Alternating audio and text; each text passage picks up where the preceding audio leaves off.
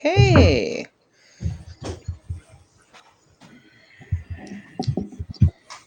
I'm just gonna check to make sure everything is nice and audible over Twitch. Well, I got my spell casting, so I'm going to be talking to the artificers. Almost forgot to do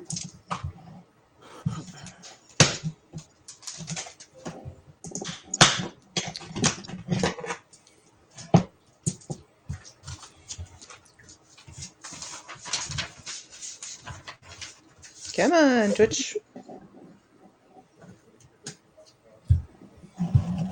It takes a minute.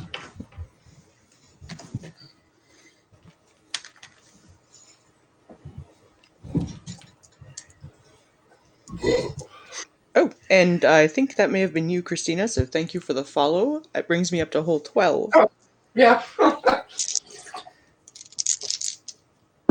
know you were talking about the burp. I know. I'm like, oh no, I'm getting called out. I was gonna say I wouldn't be surprised if that was her either. I think that was you eructating on mic. I've heard some women that belch better than most dudes. Do you usually have music or ambiance going on in the background? Not usually. No. Then I'm gonna use Spotify for myself. Yep, just make sure that it is relatively quiet so that we don't end up, I got headphones. You won't hear it. as long as you can hear us. We do occasionally drop some music, like theme music. Like I know whatever you play, if you're live streaming, it has to be copyright free. There we go. I Yeah. have just registered as being live. Unfortunately, there's the thing is there's that whole annoying copyright thing. Oh yeah, it's great. Live streamer and recorder myself. Yep, just got the Which is notification annoying that as you're fuck, live. even with like YouTube, and you basically can just link through. It's like, look, this is what I'm playing. It's linked right to fucking YouTube, so I'm kind of getting around that, but whatever. Okay. Yeah. What's worse is getting copyright strikes on covers. Perfect. Audio's working on Twitch. Yeah, and that's the other fucking thing is covers are a thing. Like, fuck you. Yeah. It's a cover. All right, everybody. We are now starting about the game. Get into character mode. And a hello to any and all viewers that we do get on this stream. Thank you for jumping in. I hope that you enjoy what is happening. So, to jump back into it. Where we left off, our players had just dealt with a bit of a dragon problem in the Sinking Valley, and then stripped the carcass bare of any and all items that could potentially be useful, coming out of it with quite a bit of money, a staff they have not identified yet, and lots of dragon parts. They have camped out for the night and are now planning on heading back to Edoras just to sort of resupply, hand in their items, and pick up their brownie so that they can head out into the wilderness proper to deal with the Possibly quite literally remaining issues that they have to deal with. So, is there anything you guys want to do on your way back into town? Well, we were sitting there. I wanted to have Rex be kind of just reading the dragon book again. Well, we got with the dragon. Take one of the. We could let the barbarians know. We could let the barbarians know. On our way back. We could let my people know. Okay, that so the dragon has been dealt with. If you guys want to head back down towards the Michael, what's your village's name, by the way? Can I finish? Oh man, I don't know if I give it one. I think you did. All right, so Rex. I never heard a name be mentioned. Let me take a look in my notes and see if I actually named this time. So I wanted to be reading the dragon book, and I wanted to take one of the fangs I had taken off of Isharan, Nope. and while I'm doing I do not have a name for this village. Through one of my frills. Okay, so I'm going to come up with a name for it eventually, but for now, it's just your village. Rex, you successfully pierce your frill with one of the dragon fangs. It hurts. You take 1 point of damage, but you now have a dragon spine that is through your ear like a piercing. And you wanted to spend some time reading the lore book that you got. Are you looking for any kind of particular information? going to read up a little bit more on greens, but overall just kind of cover more on domains and draconic stuff like that, because obviously we fought this guy in a forest. Okay. So, Reading through your book, you find out a little bit more about greens. What you learn about them is that greens tend to prefer heavily wooded areas. They are evil dragons by nature and are known to be very cunning and very, very mischievous. They are not nice creatures. They're, generally speaking, one of the bad things you can run into. Lore in general, you find out a little bit about the world.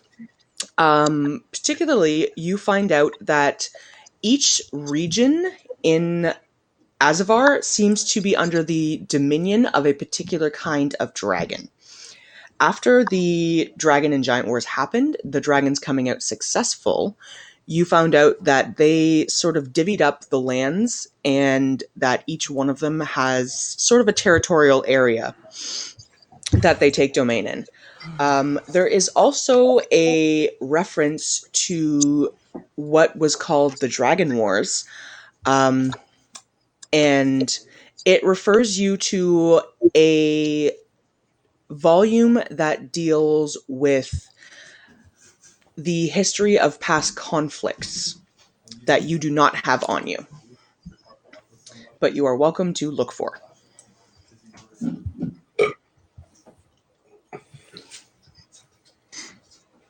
okay. All right, I was. Can you repeat the last bit a minute? Because I was just reading something in chat. Our new member is having connection issues, so I'm just trying to advise that. Okay. The book tells you a little bit about the fact that each dragon type has dominion in certain areas.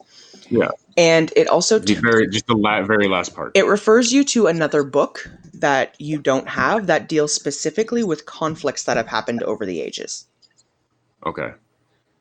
So when we go back to the city, I might have a stop by. There's somebody's the audio isn't connecting. We can't hear it. Like, I'm assuming Sound somebody's check. talking right now. Sound check. Sound check. Sound check. I can hear you. Am I coming through okay? Yeah, you're coming through. Was anyone else talking?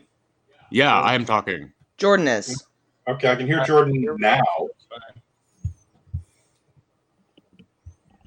The only person I haven't been able to hear is Seeker, but I don't think he's been saying anything. No, Seeker has not been saying much. No, he hasn't been, Okay. he hasn't been talking I yet. can hear everyone fine.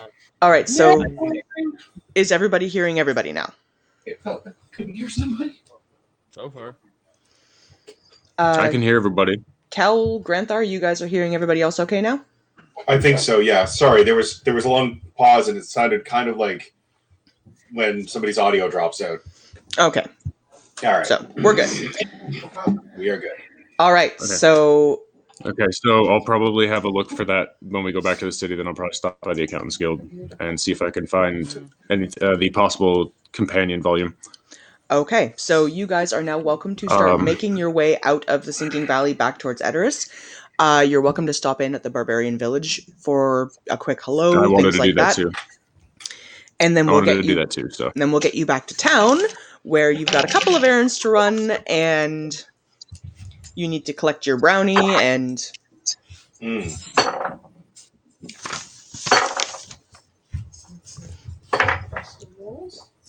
so I left your characters exactly where they were when we left off. So you guys are currently up over by the water source in the Sinking Valley. I've just got to get my map to cooperate again. Come on, fucker.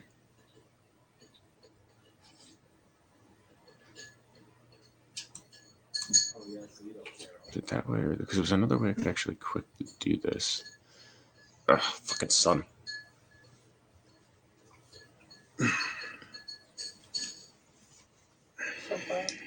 I'm gonna cut out glare. I on my think you were goddamn face. using a different. I think you were using right click instead of left click on certain things. Yep, this was right click. I found it. I'm just trying to See, get that's it. what I mean. I'm Like, trying it to get sounds to like you're cooperate. answering somebody's question, but we didn't hear anything asked. You're not hearing anything from Jordan? Oh, no, we're not. There. Can you guys hit disconnect and reconnect? No, again? we're not Because I hearing think you're Jordan. the only one. Completely silent right now. Yeah, hit reconnect, guys, because the rest of us are all hearing him okay. What the hell? Okay, you do it. Okay. Do.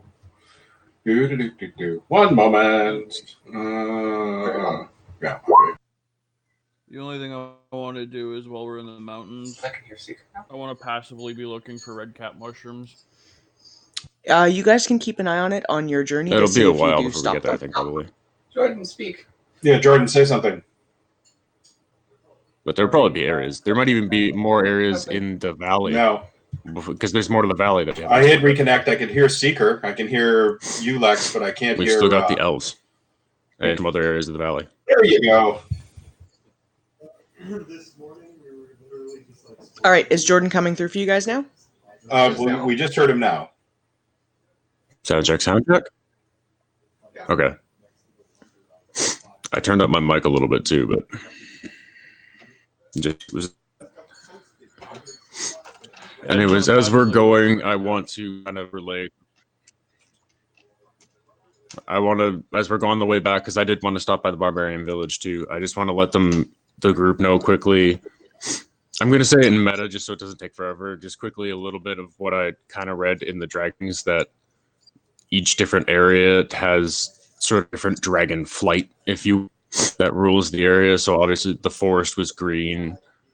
The mountains maybe black into copper because it's a big area, and farther into probably white or up north and stuff like that. I point at myself and said, obviously down south was red, and there may be other fire down there, but we'll have to see as we get there. Just giving them a quick heads up that we're probably going to run into more dragons, guys. Awesome. Bigger ones, stronger ones. Oh, joy. Okay, Rex, And can you make me... And they may not... They may be of varying alignments. You may have some chroma, some metallic. So, Granthar, you may be able to talk to some of them. Rex, make me If they're good an dragons. investigation check. If they're green, blue, black, or white, don't try it because they're just going to try to eat us. Yeah. All right. Rex, make me an investigation check. Okay. I heard you. Fuck off. Stop hitting my pen. Jesus. I have open space and it's hitting my pen and hitting on top of the fucking little clip. Okay. Where'd you... Okay, that is a 9. Not great. Okay. My fucking pen all Well, the way it there. wasn't a particularly high difficulty because you're reading a book. So you do find out a little bit about the specific flights in different areas. There is a black flight that has dominion over the Dragonspine mountain range. And there is a small reference to the Forged One, and says that this particular dragon inhabits the grasslands and has been known to walk the streets of the capital.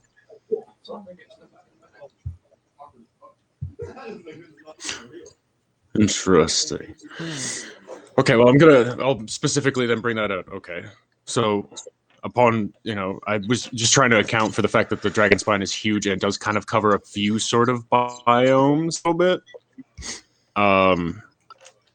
But primarily in the dragon spine, we were going to have to deal with Black. Black is not a nice dragon, Granthar. We'll try to talk to it.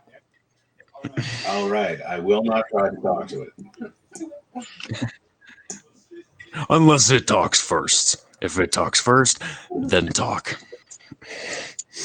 Okay. Because odds are he's probably very big and very old. And interestingly, there may be a dragon in Asilian. What now?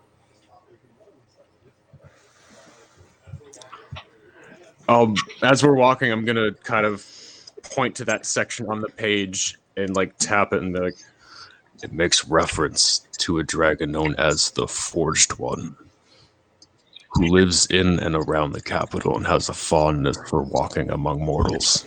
Oh, okay. No more details, not on what his coloration or age would be. Well, if he's going about in There's disguise. a dragon in this. Hmm. The dragon of the waters? Well, they do that sometimes. I've heard of gold dragons doing that, where they take on a mortal form Yeah, and live. Primarily, it's good dragons that do it. Usually, some of the more like schemy, smart, evil dragons will do it like to fuck with people. But primarily, it's a good dragon thing because they kind of like a lot of them are kind of fascinated by the younger races and their busy lives and stuff like that. All right. So, do you guys want to move your characters, or do you want me to just sort of shift them along? I'm still sorry. I'm still trying to get my shift me along for now because I'm still trying to cooperate. I got a little bit caught up. Oh, in there trying you are. Okay, sorry. I was. We were waving the card black. Yeah. All I see is back. Yeah. I see nothing. Nothing. All right. Yeah, that's. But I'm trying to get mine to cooperate too because all I see is black. Okay, well, for the moment, I'm going to move you guys. If you guys just want to sort of move yourselves along to where the Yeah. When I get back to being able to, I can move myself.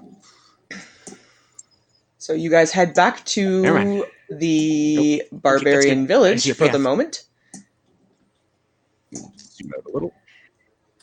so that you can check in with Sheeran and let her know that, And hey, then, you killed the dragon.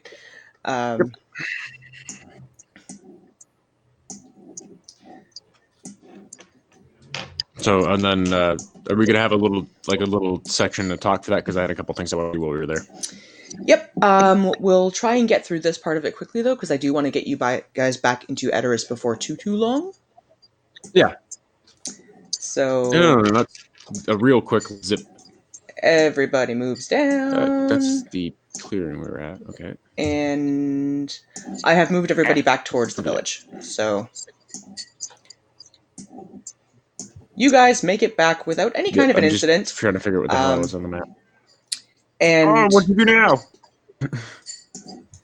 Sheeran is there and, greets you all fondly at your arrival and says, well, I'm happy to see that you didn't die.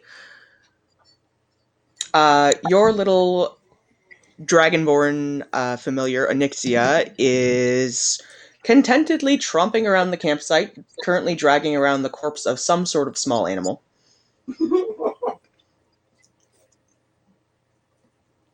It appears to be possibly some sort of like a rabbit.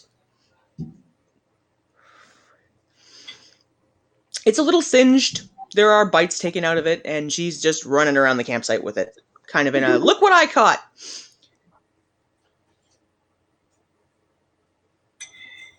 That's awesome. Oh, they grow up so quick. She's apparently a very happy while little we're here, I'm going to pseudo-dragon. reach into my bag of holding. See, that seems like I made the right choice. I'm going to reach into my little red bag of holding and pull out the 2 dragon horns that I snapped off, the bigger ones. Okay. And I'm going to hand one to Granthar and one to Shin and be like, I got these for you as dragon horns and trophies. Thank you. And hopefully symbols of unity. Excellent. Sheeran nods at you respectfully and thankfully, takes the dragon horn from you, and promptly dips it into a large vat of ale and just downs it. I may want to clean mine first. Wait, is this from the dragon we just killed? Yep. Yeah, I'm definitely going to want to clean the poison dragon horn first. I'm going to go give it a quick scrub. Wow, dude, it's going to get you more drunk. It's going to get you more drunk. What? With the poison still in it? It's a dragon horn. It doesn't have anything to do with What do you their think getting drunk is? glands. It's poison. They don't have poison glands in their horns. If anything, it enhances it. That's what do you think getting drunk is? You're getting poisoned. Okay, so Sheeran takes it from you and says thank you, and then kind of looks at you going, where did you get this? This is from the dragon we killed over the water source. Her eyes go a little bit wider His name for a was second, Ishura. and she goes, "Ah, that explains the problems we've been having. Well, I thank you for dealing with this for us, and you have dealt with a problem of ours. Should you ever need our assistance, please call."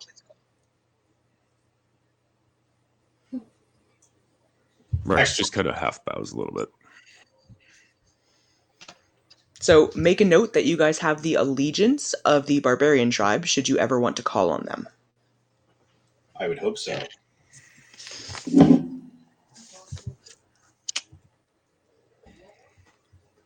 That's kind of the point of a lot what I was doing last game in this game. Mm-hmm. All right. You guys have a fairly pleasant visit. It's still early in the day, so you've got plenty of time to keep on with your travels before the sun sets at night. Yep. All right, everybody going to keep going? You know, bid the fawn farewells Yeah. and We have a god Yep. to go and see, so I don't feel much like dawdling. All right. I'm just going to kind of continue Yeah, moving we're you guys gonna do- along. yeah, we gotta go back, resupply, and then we gotta do the book. Okay. For the neighbor. So it takes you guys a couple of days to Can you travel mask back. grab as a DM? Yes, I can. It takes you guys a couple of days to travel Handy. back. I was gonna say that would be a really dumb feature if they didn't put it in. You have an uneventful couple of days of camping, and you get back into Edoras on about the third day, and it's about mid-afternoon.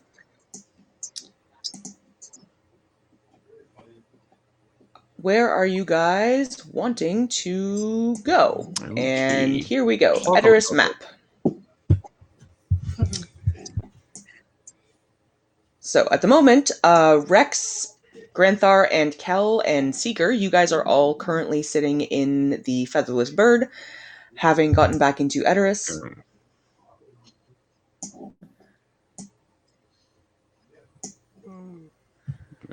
Dolorus the bartender is there as always, and itself.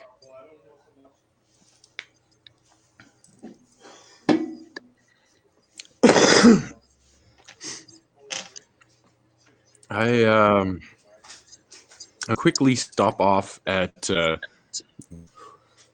Accountants Guild. okay. Oh no, we're gonna be going there anyways, aren't we? Yeah, I think you guys are planning on stopping in there anyways.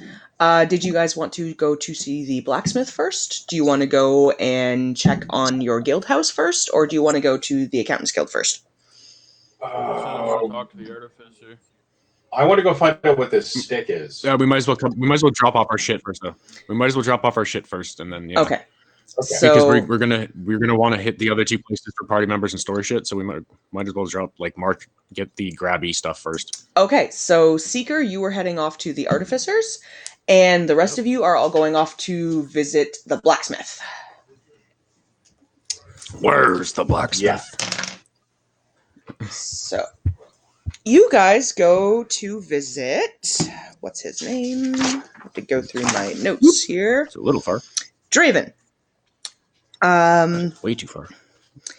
Who is very happy to receive the mountain water that you have collected, and looks at the two big jugs that you filled and says, "Well, I thank you for bringing this back for me. As recompense for dealing with this problem for me, I have a little bit of a reward for you," and he hands you a bag with 700 gold in it.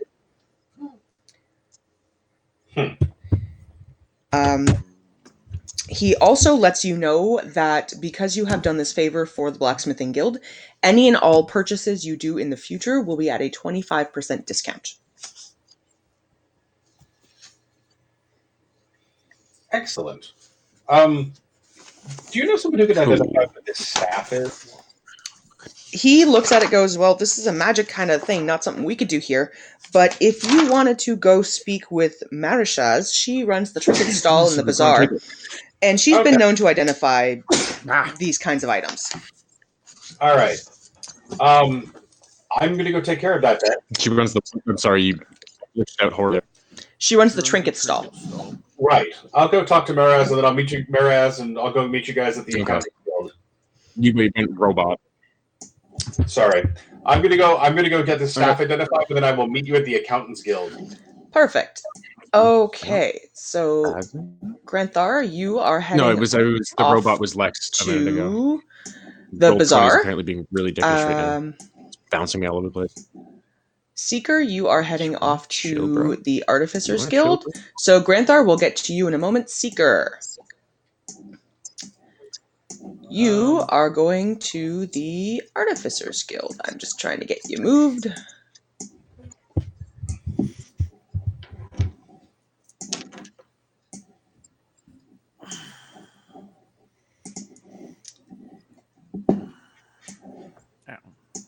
These bigger maps, it always takes a second. Okay. So you make your way into the Artificers Guild, and as always, your creator is there and excited to see you.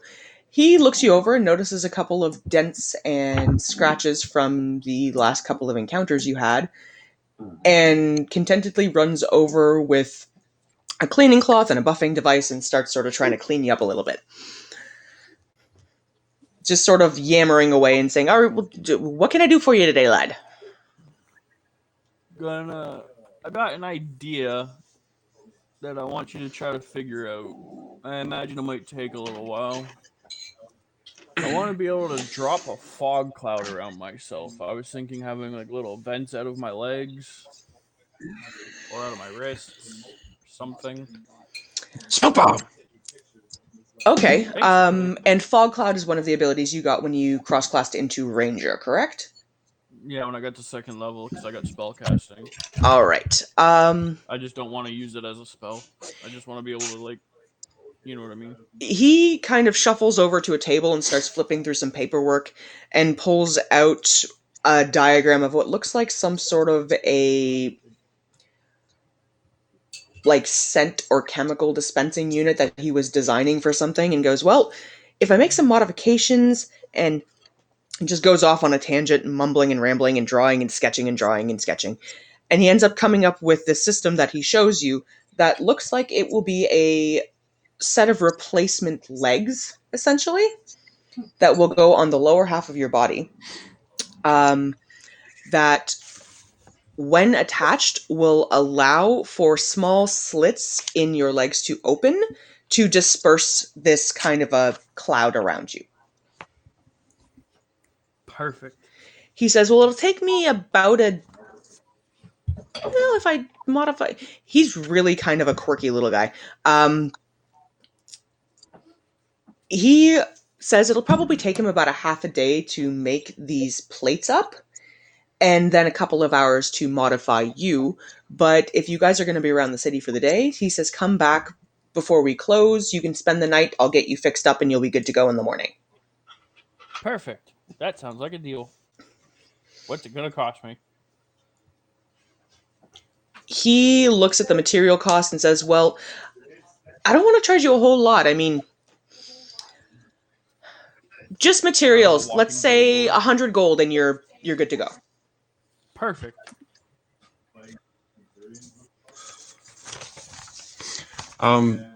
Lex, as a side question, because I wanted to do some other things with some of the other dragon trophies. For the eye, to get that turned into like a kind of trinkety thing, so it's not just a rotting eye, who would I go to? You're dealing with organic material. Talk to Marishaz in the market about that. She does trinkets and oddities. She may be able to figure out a way to make it work. Okay, so I'll go over there too then. I thought it was her, but I wasn't sure if it was her or the Artificers Guild. Well, yeah, I'd like not to, so it's all stanky. It'll stay a little bit in the bag of holding, but yeah, well, you're not doing anything particularly interesting with the it in the idea sense was of cool little trinkets. It's not going to have an souvenirs of our first effect at all. It's just a trinket. So you're looking for something to be able to preserve it and then convert it into a decorative kind of an item. That was a potential secondary thing I wanted to do, but I wanted to make sure it was kind of preserved in the first place. No, if you wanted to go see Marishaz, she could convert it into an amulet or something like that. And then if you wanted to have it enchanted at a further date, that's something you could look at doing. And then I would go, yeah, okay, because it's gaming for right now. Just so you know, Josh wanted to make it like a bonus trinket for you. You took his eye. You're our sniper. So Sweet. Okay, so you're going to be joining Granthar in the Crafter's Bazaar. And Seeker, you are currently in the Artificers Guild, just kind of hanging out for the moment. Yep. All right, so Granthar and Seeker, you guys approach Maurishaz's tent. As always, the ever-elegant elven woman is there, and she greets you politely and cheerfully. no, I'm with him. Seeker's over. Yes, in the right, Artificer's sorry, Guild. Rex. So don't get yourself confused.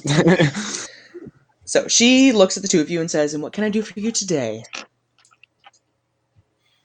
Oh, we have recovered Granthar, this. I'll let him go first. Thank you. We've recovered this staff from a dragon's hoard. We're wondering if you know what it is. She looks at the staff and looks at you and says, "Well, I charge a 25 gold fee if you'd like me to identify an item." Not a problem. So you pay her, mark off 25 gold on your sheet. She Okay. takes it, takes out her little monocle, looks it over, kind of passes some energy through it, and it lights up a little bit, and she hands it back to you and says, "This is a Staff of the Woodlands. Okay. It can be wielded as a magic quarterstaff that grants a +2 bonus to attack and damage rolls, and while holding it, you have a +2 bonus to spell attack rolls. It has 10 charges for a couple of different properties. It regains 1d6 plus 4 expended charges at dawn. So you can use one charge to cast Animal Friendship, Awaken, Barkskin, Locate Animals or Plants, Speak with Animals, Speak with Plants, or Wall of Thorns. Interesting. You can also use an action to The druid cast. staff. You can also use an action to cast Pass Without a Trace from the staff without using any charges. Okay. Rex, I'm going to need you to take this away from me. And I hand it to him. Because she just said it was a quarter staff, and I can't use it. Okay, so Presumably you can hit people with it. you guys have a Staff of the Woodlands. Whoever ends up with it, you'll be able to look up the properties of it. Also, I have this fist-sized ruby. Is this magical, or is it just a ruby? She looks at it, and her eyes are a little greedy looking at this, and she goes, "Well, it's a beautiful ruby. May I?" And she holds out a hand to kind of gesture towards appraising for you. Sure. And I hand it to her. She looks it over and says, "Well, this, if you wanted to speak with a jeweler, would probably get you about 1,000 gold. Okay, but not magical, just No, big? just a beautiful, beautiful example of a gemstone." Okay. I don't have Can I perception checker? Mhm. Sure.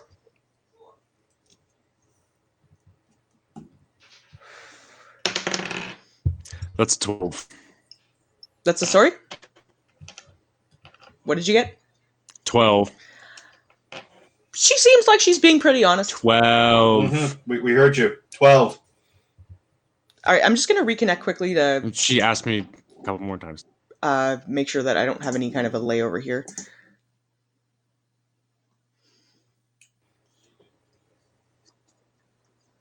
Oh, okay.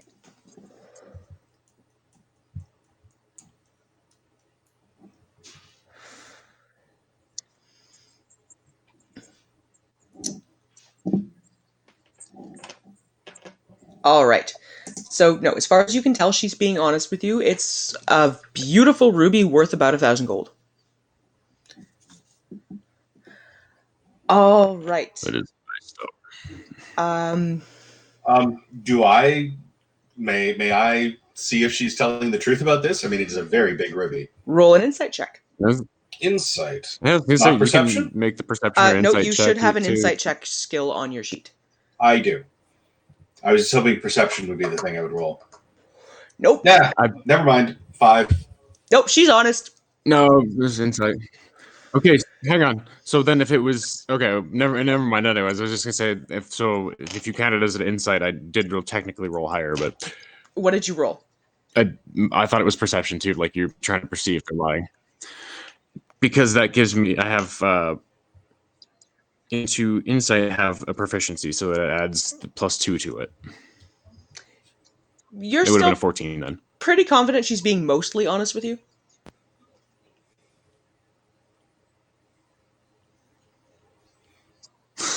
Mostly. You're not going to get more than that. As far as you can tell, Mostly. she's pretty honest. Okay, well, thank you. I'll take this to a jeweler. Okay. Okay, so is there any other business you guys would like to do? I'm gonna go. I did have the eye. Okay, I'm gonna head over here and. I did have the eye I wanted to talk to her about. All real right, quick. so Granthar, we'll get over to you going to visit Jareth in just a second, and Just skip Rex? over that. Assume that we get, have tea, and he cleans my clothes. And Yeah. pipes. Have tea. You guys have a wonderful time. He closes his tent flaps down. There's a lot of contented noise coming from the tent. Mm-hmm. Rex, you hold out the eye to Marishaz and ask, is there a way that you can preserve this for me? She looks at it a little bit disgustedly, but puts on a pair of dragonhide gloves, picks it up and looks at it and says, I can certainly convert it into an... What kind of dragonhide? Let's find out. Blue. No, just out of curiosity with the Morgan. Blue. Ooh, interesting. She As says... a comment of just, this eye is from a green we killed. She says, well, I can certainly convert it into an interesting jewelry piece.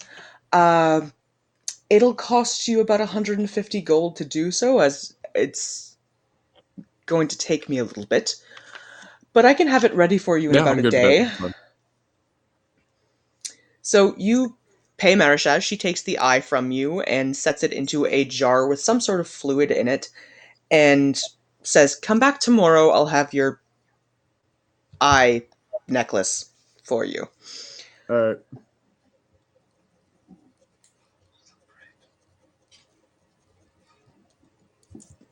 Thank you. And I will head onwards from there. Okay. Kel, you are currently in the inn, correct? I think so. Yes. While you are in there, probably enjoying a drink and a small meal, a relatively young man in dark clothing comes in, hands you a note, and then leaves the building fairly quickly. Okay. The note has the seal of the Accountants Guild on it and says, Remy has requested your presence upon return. Kindly gather your companions and make haste to the Accountants Guild. Okay, then. Oh, shit. I did have actually one other thing I wanted to grab before we left, but that's okay. We can grab it later. So you guys, Kel, do you go and find your companions? Yeah. So Kel goes about and finds each one of you and lets you guys know that your presence has been requested by Remy. I'm currently indisposed. Right. You will be able to catch up with the party later, but Rex and Granthar, you guys make your way in, and Kel, I have moved your token over. Okay. No. Aha, here we are. Right. So, Rex, I'm going to move you as well. So you guys come back in, and Remy, as always, is behind the desk, and he looks at the three of you and goes, well, you can catch up your friends on it later. But my sources have let me in on what is going on, and the quest in particular that your party has been sent on. Okay. Realizing the importance of this, normally I would join you myself, but I can't. I have other engagements that are going to be taking up my time. So, I would like to send my second in command with you to make sure that you don't run into any issues. And he crooks a finger towards the back room. Ilmer, you can now make yourself known to the party. Okay, I kind of walk forward slowly. and look at all three of you, and then look at Remy and just kind of sigh a little bit, and then you can see my pseudo dragon comes in. The figure And- that has now stepped out in front of you is a very tall, kind of blackish red skinned, white haired drow. My name is Ilamure. Blackish red. Black red. I will be assisting you.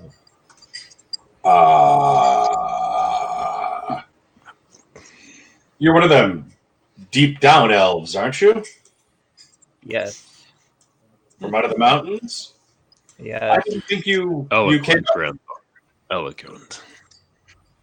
Well, I didn't think you spent much time up in above ground. What brings you up here? Alternative life seeking. New life.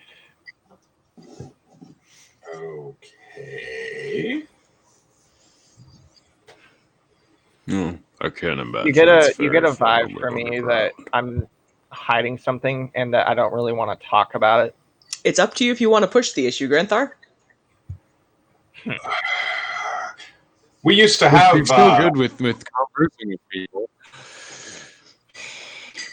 I just know that sometimes. While this is happening, I'm going to pull out a little piece of meat rack and wave it towards his blue dragon.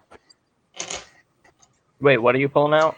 He's trying to feed your little tiny dragon some like dried A little jerky. piece of travel jerky.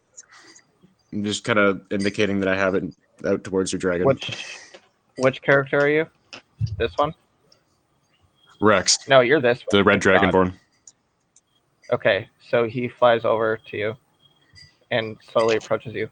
Oh my god, computer. Hi, little guy. This is Rendon. Just gonna feed him the the dragon. Better tempered than Onyxia was. hello, Brendan. I had a little black one for a bit. She was kind of mean. She's happily living with barbarian tribes in the forest now. Just feed Rendon the piece of meat. It's a content little pseudo dragon and snaps it up eagerly. Yeah, she eats it and then just flies back towards me and kind of huddles up against me. So Remy nods at you guys and says, I'm sure you're going to get along famously. I wouldn't be sending someone with you if I didn't think they'd be able to help.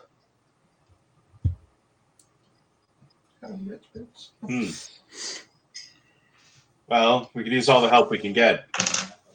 I know sometimes we'd have one of your people come through, heading from one place to the mountains to someplace else. Never talked much, but My kind is a very private and I don't think I've ever seen a.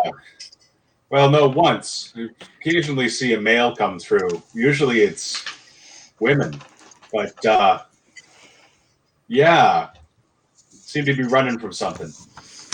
Oh well. Yeah, there is one other drow that you guys That's have. only for myself to know. Yeah, there's one other drow you guys are relatively familiar with. That's Inahiri back in Asilion. So it's not completely uncommon for drow she to would have been come the up only from one above that I would ground, have met. but you guys don't typically run into drow that are quite as tall. Yeah, I'm 7'5", so Yeah, I'm a big. he's taller than I am. He's bigger than I am. Yeah, I'm a bit 7 big. flat. So. Okay, Kel and Rex, could you two please roll me perception checks?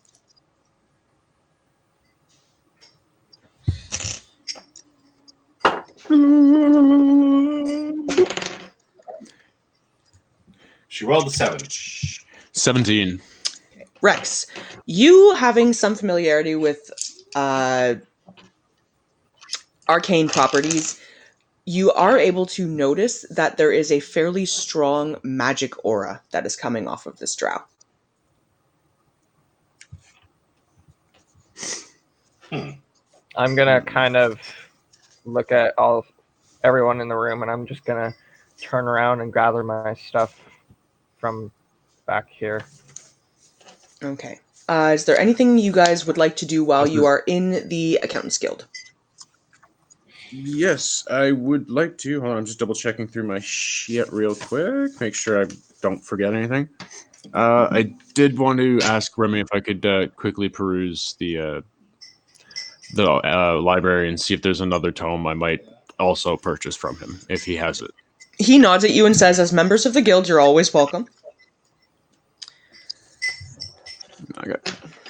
So I'm gonna specifically look for the that compendium piece that you were talking about, the about the Draconic Wars. Okay, roll me an investigation check.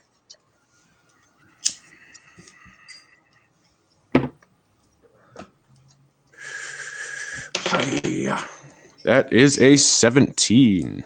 You find a fairly large, slightly dusty volume that says records of combat and conflict.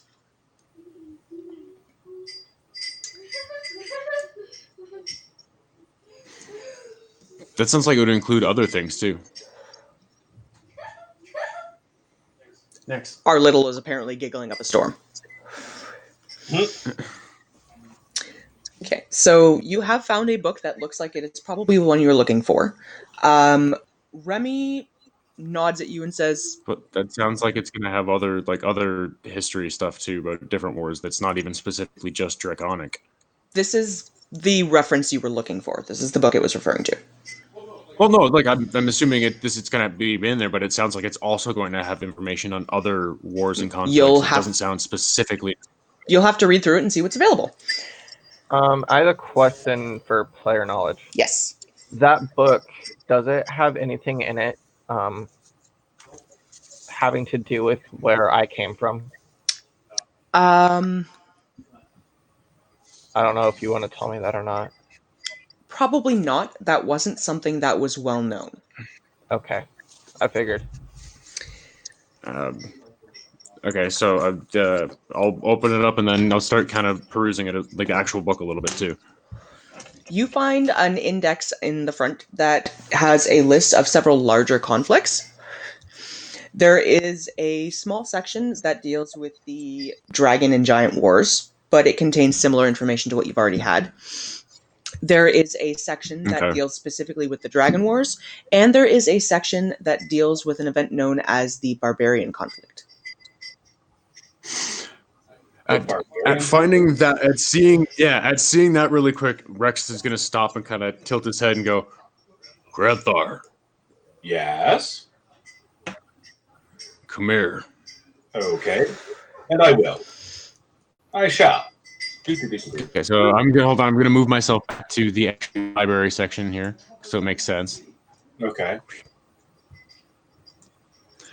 And yeah, come over around. I'm in the library. As am I. I'm going to kind of gesture over at the book and point to the section and point to the thing and say, "Barbarian Wars."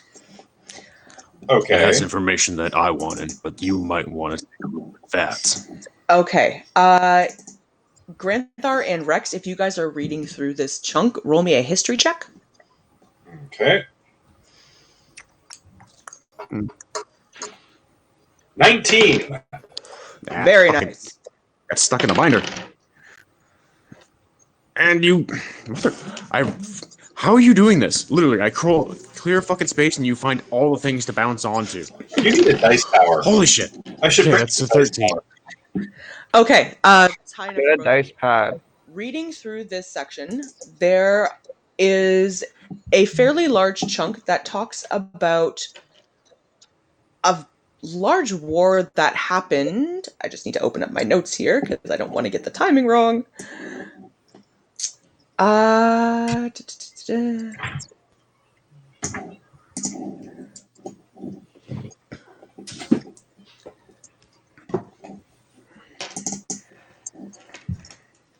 Come on, you can do it.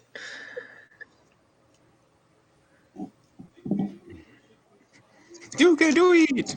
Cut his fucking head off!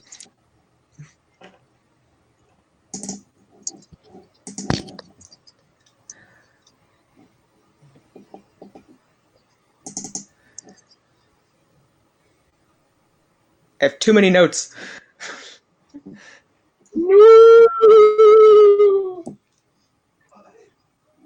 Best thing about a DM, having so many fucking notes you can't even find the ones you need. Just like, this is not the note I need. Well, So you know you're I DMing, know right? that rule, so There we go. Okay. Exactly. The book talks about a conflict between barbarian tribes that happened about 250 years ago.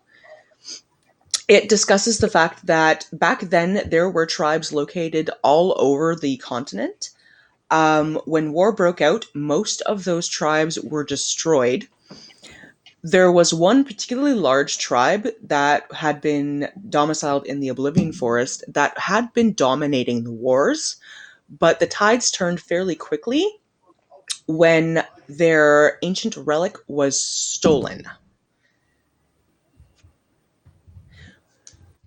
It references their inability to be able to call upon the strength of their tribe to help them, and how, unable to locate the stolen relic, they disappeared and have not been seen since. It also discusses the fact that there was a tribe of desert barbarians that was mostly wiped out, but the remnants vanished into the dead ocean. okay.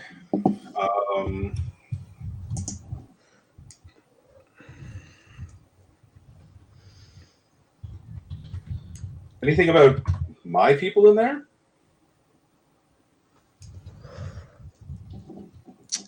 There is discussion of a lost tribe that was said to have ended the war, but that other than the tribes they know about that are located in the Oblivion Forest and in the Dead Ocean, no one has record of where this tribe vanished to. Okay. Is there any record of what the object, the artifact that was stolen was, or might have been? The information that is in there says it was a very powerful relic that had been handed down from father to son through generations, and was said to belong to whoever the leader of the tribe was at that time. When it Okay. vanished, their lineage broke, and the tribe has not been able to recover. Wow. Lord Stabicus. Who said that? Where did that come from? Okay, that's interesting. The Oblivion Forest. I don't have a world map handy. Where is that in relation to where we are? That We'll get there is eventually. pretty much We'll get there eventually. We're not ready to directly- tackle that yet. You guys are currently in Edoras. That is to the west of Asilion. It is the largest forest that exists on Ikarath, and Oh is my. ancient. Yes. When we hook Wonderful. around through the mountains, we'll be kind of pointing towards it a little bit. We'll Huh. be coming in from the north in like the wintry side, but we'll be headed towards the forest when we come out of the mountains. Did they have a city or some kind of settlement there that, but I mean, they're barbarians, so They would have been nomadic. they were nomadic. Of course they were. Okay, well. It's a gigantic ass forest. There's probably a bunch of different biomes in it. So they just wouldn't go What different does- areas. All right, does this in any way relate to the lore or the oral history of my people? Yes and no. Yes. Your people have talked about an ancient relic that has been handed down from father to son in your tribe, but there isn't any reference to where it came from initially. As far Right, as you well- know, this has just been something that's always been done. Yeah, well, I mean, that's the relic that I have that I can't get rid of. So, but I mean, that doesn't mean it's this relic, but hey, that's the first thing I've had that's anything like a lead that describes what Lord Stabicus is. The Oblivion Forest, huh? Well then, I was going to say, somewhere this thing might have come from is a good start. Does it say anything about who the leaders of this barbarian tribe were that handed this relic down, father to son, generation to generation? There aren't any names listed. Of course. It just kind of gives you a historical record of the way that the battle went and what turned the tides of it. Okay. And what turned the tide of it? The tribes that were located in the Oblivion Forest lost their ability to rally their people when this relic was taken from them. Relic. Oh, well, if it is Lord Stabicus, I think I might know how that would have happened, too. At least if it behaved the way it does now, back then. And this shall pass to my eldest. Dies. Sword vanishes. As it turns out, the eldest lives somewhere else and may not even know that they are the eldest. Because Daddy was off diddling somebody. So there is a little bit of information there that might give you some insight into your tribal history. Oh, no. Okay, well, I guess I know that we've got to stop in the Oblivion Forest for a little bit. We'll be getting there. Okay, well, you know. Plan on stopping in the forest as well. I have my own If we need business to... there. I'm going to ask the oh, God, what's his name? Leader of the Accountants Guild. Remy. Remy.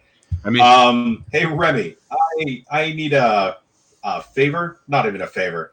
I need a message delivered to my daughter. If you could arrange it through the network of accountants.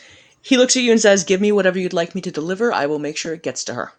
Okay, I'm going to write her a note saying,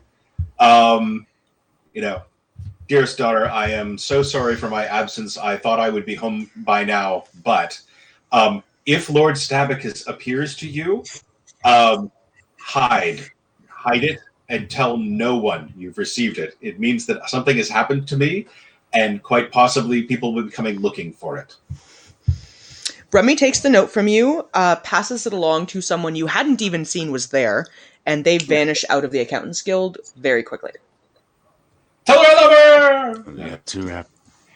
You didn't even know we're there. Like, come on, let's be honest here. It's a thieves' guild. Mm-hmm.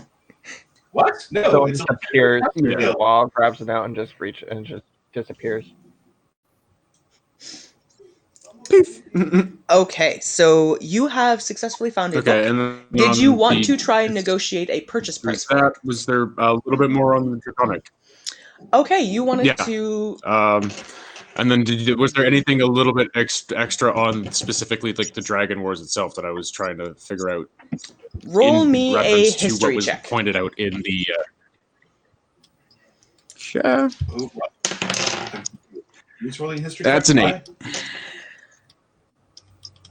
I had my part that I was wanting to find through that book too. Okay. I just happened to note the barbarian thing when I was looking through the contents and went, "Hey, you might want to take a look at this." You find two distinctive sections that deal with dragon conflict in particular. There is one that references the events that happened about 995 years ago, and there is a little bit of history that deals specifically with red dragons. Yeah, I'm gonna go specifically into that for the moment. Okay, opening take up a a look at section that. that deals with the red dragon flights. There isn't a whole lot there, but what it does tell you is that after Voferis was destroyed 1,000 years ago, the red dragonflight has never really fully recovered. Unlike most of the domains in Ikarath, where you tend to find large flights of different colored dragons, most people haven't seen a full-fledged red dragon in a long time. And the ones that they have recorded in history have all been relatively small in comparison. It looks like there hasn't been a red dragon lord since Voferis was destroyed 1,000 years ago. Sure, reminds me of Game of Thrones.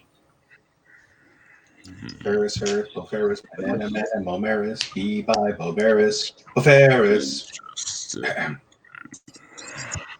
All right.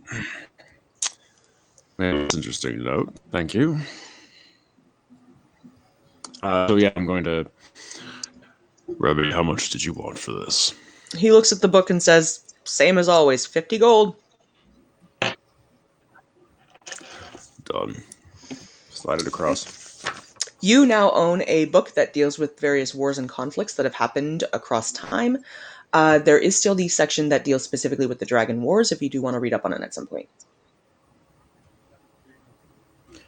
I'll read up on it at some point. But for now, for brevity, Okay. I'll hold on. I bought the book so I can look at it later. Alrighty. Seeker. While this has all been going on, you have been hanging out at the Artificers Guild and kind of watching your creator work. He has managed to craft a fairly elegant looking design for you. They're the same size as your standard legs, but they do include a hollow chamber in each one that will be able to be filled up with fog. Essentially, the way it's going to work is that because you have internal mechanical workings, it gathers up any of the fog or steam created from that and stores it so that you can let it out in a burst later. Sweet. What is it going to be used for? Uh, Make a fog cloud. Seeker Yeah, has it's obscuring fog cross-classed cloud. into Ranger and consequently has access to the spell Fog Cloud. This will allow him to cast that. Huh. So is it almost like Fog of War, except Fog of War is for something completely different? It obscures the area, gives you kind of a cover. Okay. And by the way, So Seeker, if- I can barely hear you. Like, you're really quiet. Shouldn't be, but okay. See if I can turn it up. Weird, on I'm the just thing. Hold fine. on. But yeah, He's a little baby. quiet I on hear the... everyone else just fine. What's your mix?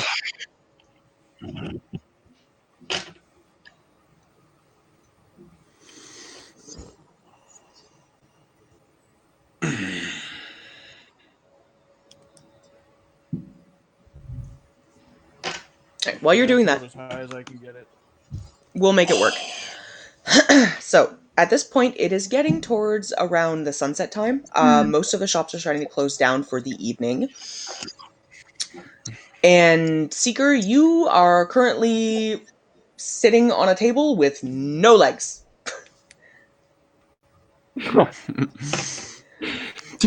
You will get a long night's rest because you're going to shut down while these modifications are being made to you.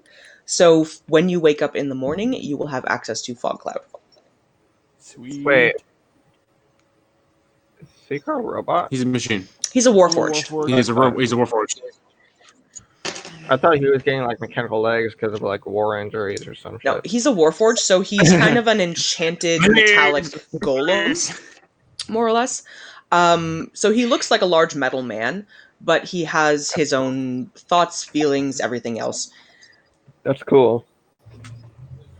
A And- note on that would be kind of a cool like concept for a character, be like a barbarian that gets fucked up a bunch, and then you slowly start becoming like almost cyborg. But the rest of you, are you just going to spend the night in the Accountant's Guild then, get some rest, and pick back up in the morning? I guess. Yep. Yeah. Gonna get our sleeps. All I'm right. gonna just chill in this chair. You guys all kind of settle yourselves in for the evening. Deal with it. You guys all sort of settle yourselves in for the evening. You get a long night's rest.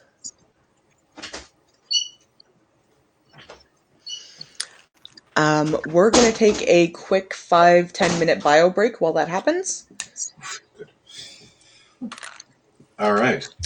And then hopefully by that point, Wookie will be able to have been logged in and we'll be able to get started on the next leg. So take a 10-minute break, guys. I will be back. Watch out, poop. You and your fancy feet.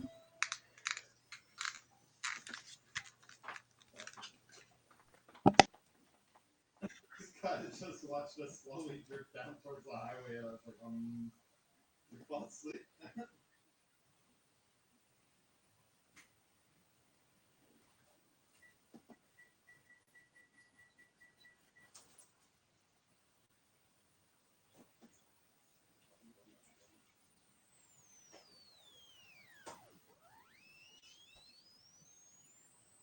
So, where are you going?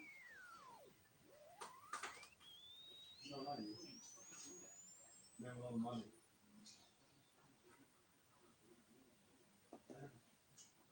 You need a ride?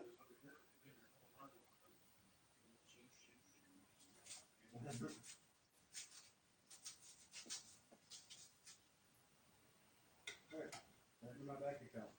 See you in a minute.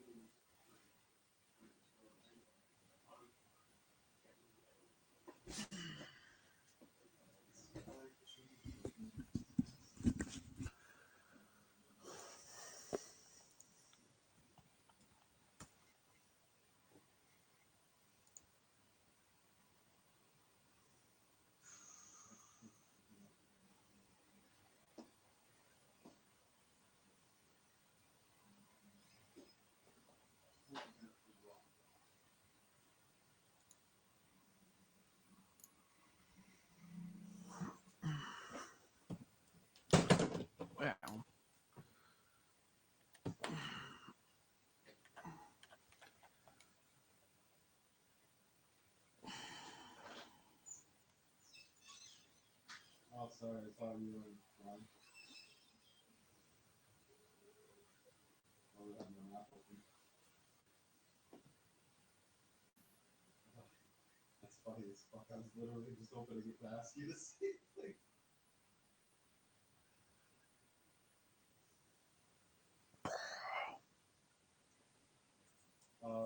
You missed a really good moment on For Honor too. So me and Kelly are playing like 3:30 and 4 in the morning. High as fuck, both of us. And I'm sitting here talking shit about this dude that's 1 in 5 for the entire fucking game. So this is like 12 to 13 minutes. You know who that dude was? It was me. Yeah. Yeah, dude. For 15 minutes, I didn't even read the name. I just checked the score and was like, "Oh fuck you, idiot!" And, and then it went 5 and 6, and that's when I read the name. I was like, "Oh, that's kind of weird." That dude was pumped up right at the end, and I got 5 kills. And I looked at the name and was like, "Oh god damn it!" That was all sorts of fucked up, dude. It was absolutely hilarious.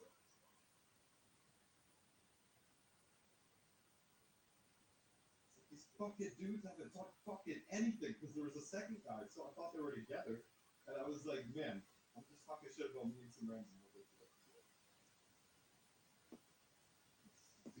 Kelly and Kelly's reaction was he goes, hey, yeah, it just doesn't say anything else, just left it like he did that stupid shit. I got these two since they're like closed up. Yeah. Not Go. that. Okay. Montana, go. Go lay down. Put 6 bombs in the back of it.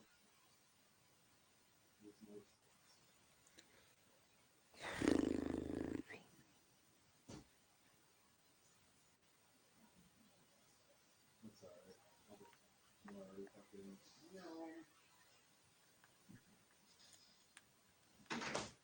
Yeah, because he's only right down the street, so it'd be longer to get back in jail.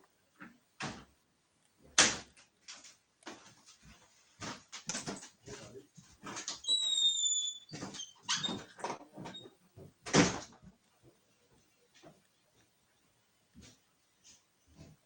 Ow, you son of a bitch!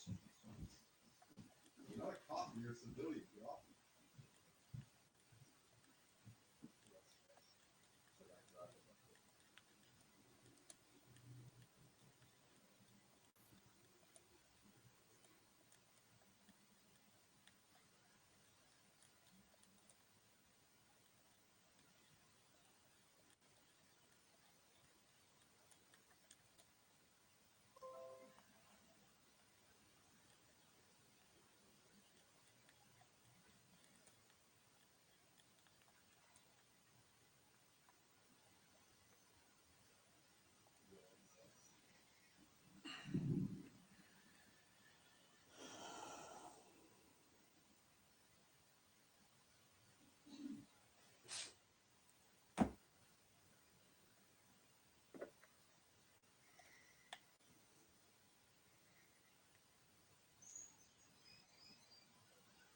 Well, they almost killed me, but I got the first one.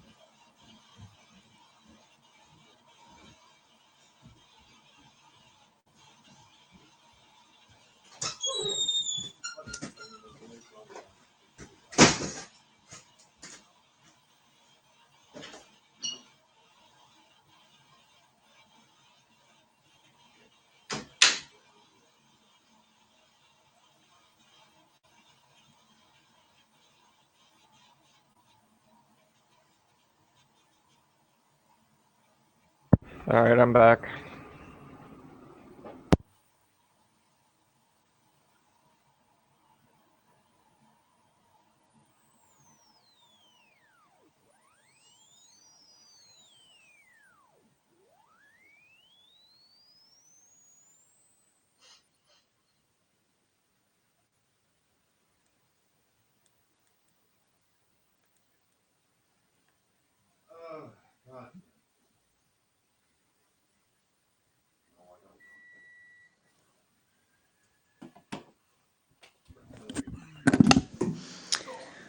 Okay, I still have not heard anything back from Wookie, but at this point we're going to keep going regardless. If he pops in, he pops in.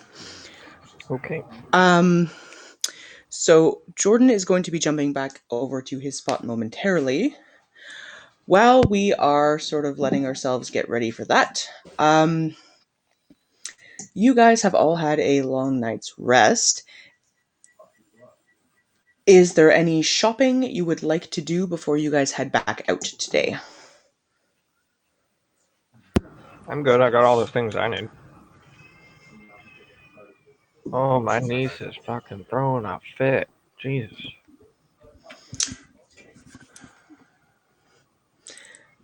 So, Seeger, we were just checking in to see if there was any shopping you wanted to do before you guys are heading back out for the day. I don't know how you guys are all doing on potions and things like that, so you may want to have a party discussion about supplies you will need and then make those decisions before you leave. I figured we would talk about that when we go to split up all the gold we got from that dragon. You guys did get a pretty healthy chunk there. It's about 1,100 each when we split it up and leave the 100 gold in the party fund. Have you guys been stockpiling Galgan's share, or are you just kind of like, he wasn't there, he didn't earn it? He wasn't there. I just assumed we'd split it in 4 ways. Makes sense to me. Yeah. You know, Killy the dragon. You know, get dragon gold. Makes sense to me. I wasn't getting anything off the dragon. All right. I also know Draconic in case you guys need me to help you with anything. Rex does as well, so that actually means you guys will be able to have somewhat private Full-fledged conversations. Sweet. Well, he's a Dragonborn. He speaks Draconic. Yep. How do I know I have it Draconic too. again? It was just one of the languages you took. True, yeah. I got bored and I decided to study it. You've been around a while. You've probably had some time to peruse the books. Yeah, I was thinking while you were getting him set up with that history book, have I ever read that in the entire 56 years that I've been in the Accountants Guild? Roll me a high-low. So roll a d6 and tell me what you get. This is a bad D6. I'm not rolling that one. Curse d6. This is also a bad D6, but I don't have a choice. That's a 5. Ooh, You have. sweet. So you would be familiar with a fair amount of the information. How thoroughly you read it, I don't know, but you would have read at least parts of it. Can I roll for how thorough I read it? Roll me an investigation check. Okay.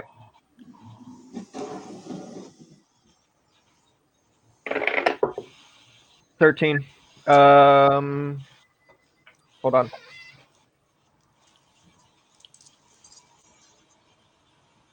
15. You were pretty thorough on reading through this, so you are fairly familiar with the information. It's not something you would have read recently, but as he is discussing it, bits and pieces of it are sounding familiar to you. Okay. So can we say that when he was talking to Granthar about it, I was over there kind of like thinking to myself, oh yeah, that sounds familiar. I remember what he's talking about. Yep. Rex, Yep. I speak Draconic. Me? Yeah, that's what to talk to. All right. So, picking back up into the game, you guys have all had a long night's rest. You're feeling better. Seeker, you have shiny new legs.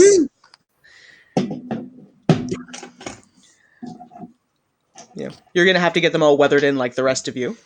Sitting there on the table like a kid just kind of kicking his legs up and down. So, waking up in the morning, you all get out of your respective beds in the Accountants Guild. Seeker, you power up in the Artificers Guild, complete and ready to go. Power. All right, then I'm going to head. Wait, I don't remember what they said there. Well, I'm gonna head to not the artificer, the accountants guild, anyways. Because I'm assuming that's where they went. So Okay. why pay for a room? You're gonna go meet up with your companions, and And meet me. I mean, we have free rooms now at the inn, but you guys had free rooms for a week. Your free stay is coming to a week? close. Yeah. But you do have We're going access for a to week. rooms at the Accountants Guild for free as members. Hence, why pay for a room? Well, there's more Fair enough. privacy. And, you know, Granthar, you can always go and stay with Jared when you want to. I was going to say, as long as I'm in good terms with the clothier, I have a very nice place to stay. You do. You have an exceptionally nice place to stay. And It warm is bedfellow. far above what your companions have access to. Aww. Hey, I've been sleeping in an accountant's guild for 56 years. It's not bad. Yeah, it's not Jared's. Okay. No, the NPC. If we may end up meeting him when we go do our shopping, he's fabulous, darling. I'll say. Okay, so Seeker, you make your way to the Accountants Guild to meet up with your companions. Getting in, you find Remy as usual, your companions coming to and waking up, and you also see a extremely tall drow male, accompanied by a small blue pseudo-dragon. So, as typical, when I meet someone that stands out, I'm going to commit him to memory. Okay. Hello. What are I'm you? assuming I since look no up one's and got down weapons out that he's not dangerous. So, well, not dangerous to us, anyways. Well, he's chatting with your companions, so you gather that somehow they know each other now. I look up and down on Seeker and just kind of think to myself, that looks weird, and I ask you, what are you? I've never seen you before. Never seen your kind. Warforged, and that's not really surprising. You haven't seen. There's not too many of us, and no other ones that I know of are black. Ilmir, roll me a history check. Okay, so I add investigation to that. The modifier. On your sheet, you should have a tick where it tells you what your history check is. History Your is intelligence. your +2. your intelligence bonus, and then if you have proficiency in it, you add your proficiency bonus too. Nope. On top of your roll. Okay, so just roll plus your intelligence bonus. 18. You actually do recognize Seeker. You've lived in Edoras for 56 years, and you remember when he was created. Oh.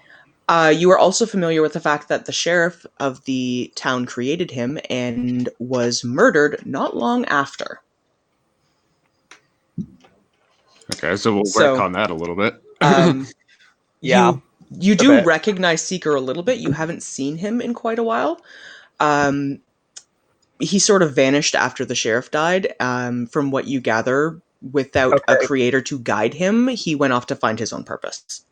Okay, then can we say that after looking him up and down, I kind of go, you look slightly familiar. That wasn't my voice, damn it. You.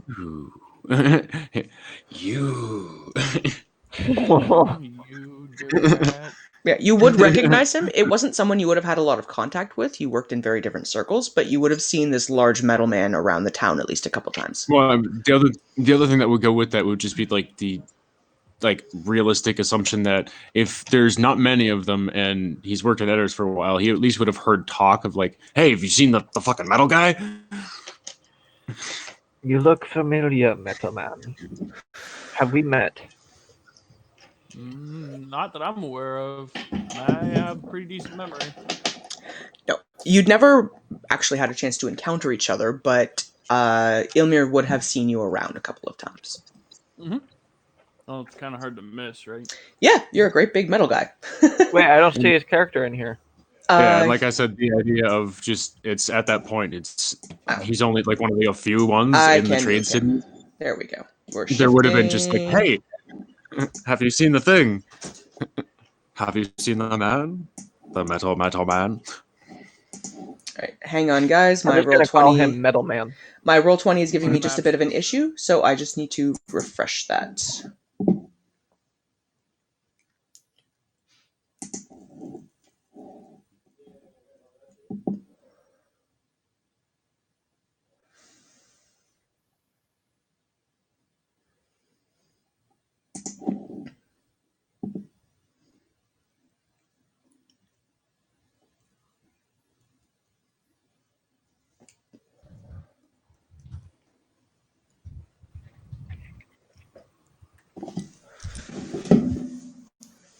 Okay, that should be better.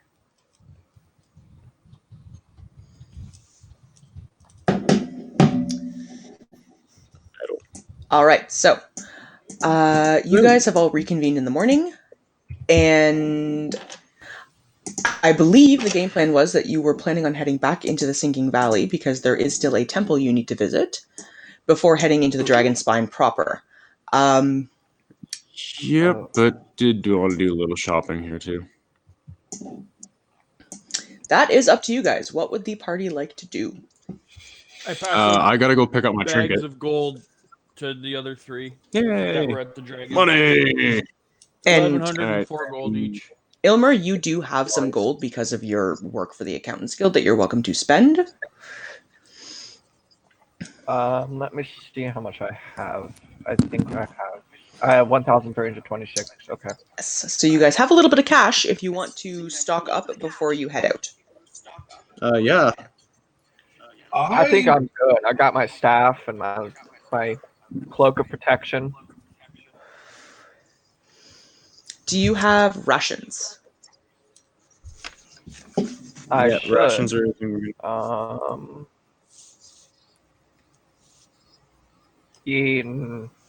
I'm not seeing it. Yeah, you're probably Yeah. gonna want to. Rations for one day. You're probably gonna want to Yeah, stock you up wanna then. pick up. Yeah. I'm assuming the party would have filled you in on what the game plan was, and they're planning on traveling through the Dragonspine to get into the Drufamar township. It's about a 12-day journey through the Dragonspine itself, along with a couple And of we've days. still got a little bit of the valley to go through to get on the way there and some stuff to do. Along in with the a couple of days through the Sinking Valley. So you guys are probably looking at being out in the wilderness for 15 to 20 days. The Echo Labyrinth is in Dragonspine, right? It's under it. Right. The Echo Yeah. Labyrinth. It goes under it. Yeah, it goes underneath the mountain, I think. But that's the main area is underneath this mountain. So you would be All right. mildly familiar, I guess, from the other side of the mountains. Yeah, I'm gonna be. I have an amazing idea for that. Yeah, I think the party had decided at this point that they didn't want to travel underground. Well, now you got me. Yeah, so we went more overland. Either we still just decided we'd probably go overland, but we might be able to have a quick cut underneath now that we have a drow, if we can cut off part of it. You do know that there's an entrance into the Echo Labyrinth that is located at Drufamar because that's how the miners get down. We're going into a labyrinth? I'd like to buy a big ball of yarn. I'm They look actually. fine. I think we're still gonna go. I think we're still gonna go through the mountains. I think we're still gonna go through the mountains, but well, okay, just in case. it just gives I us think options that- where we may have cave options. I want to go. Well, I do want to go visit our favorite trinket elf. Okay, you want to go see Yeah, I gotta go Marishaz. I gotta go pick up my trinket, and I do want to make a stop by the pet gnome, Vika. Vika. And I want to stop by the potion vendor. Okay, let's start that too, yeah. off with Rex and Granthar. You guys are going to go to the trinket vendors. Mhm. Rex, Marishaz, having completed your item, hands you a surprisingly attractive looking amulet. She has set the eye into a fine silver and green set circlet that has a long chain on it that could be worn around the neck. It does have a faint magical radiance of it, probably some sort of a preservation spell. And roll me an investigation check. Alrighty. 12. Okay. You do, looking at this item, notice that the eye does not stay still. It is constantly looking in different directions. Fucking Lord That's of the cool. Rings eye. I'm gonna notice that and kind of look up and go, was that an intentional touch or? Well, I figured if I was going to go through all the trouble of creating an item, I may as well make it interesting. Wait, are we with Rex? I like it. That is up to you whether or not you would have followed him. Because I didn't declare it earlier, I'm going to say no. So you now have a green dragon's eye amulet with an ever-moving eye on it. Cool. It's the Eye of Ishiran. That will have secondary parts later. But it's not for me. Who's it for? Thank you, my lady. She gives you a It's for fairly Seeker. deep elven bow. That is, you've come across these before, having traveled with a couple of different elven groups. It's a respectful kind of a thing. Is there anything else I can get you today? Let's see. I think I might be good. She looks at Granthar and asks, "And you, good sir?" Ah, yes. I'm looking for something you might be able to have for me. Either a length of thread that doesn't break, or a way of marking things invisibly that we can activate with a word or a touch or something. We may be heading into a labyrinth. She looks at you a little bit and then kind of grins, reaches under and pulls out a small leather case that has what looks initially like 3 pieces of chalk in it. There is a white one, there is a red one, and there is a green one. She sets it down on the counter and says, "This may be just what you're looking for." How does it work? You make a mark on any surface. The colors are strictly so that they're more visible to you. And when you've made your mark, you lay your hand on it, you speak a command word of your choice, and this will only be visible to you and any of your companions. Huh. Each marking will last 24 hours from dawn to dawn. Okay. That is genius. I like it. I will take it. How Did much? actually have one other thing because I've already thought so. She Go looks ahead. at you and says, "Well, an item like this is something that I handcraft personally. I would be willing to part with it for, say, 220 gold. That sounds like a bargain. Something so useful. All right. I will take it. What do you call these things? Do they just marking chalk? Invisible marking chalk? More or less. Okay.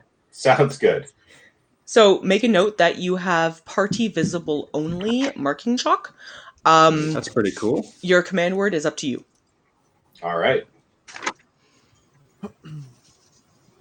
Command word should totally be "don't die."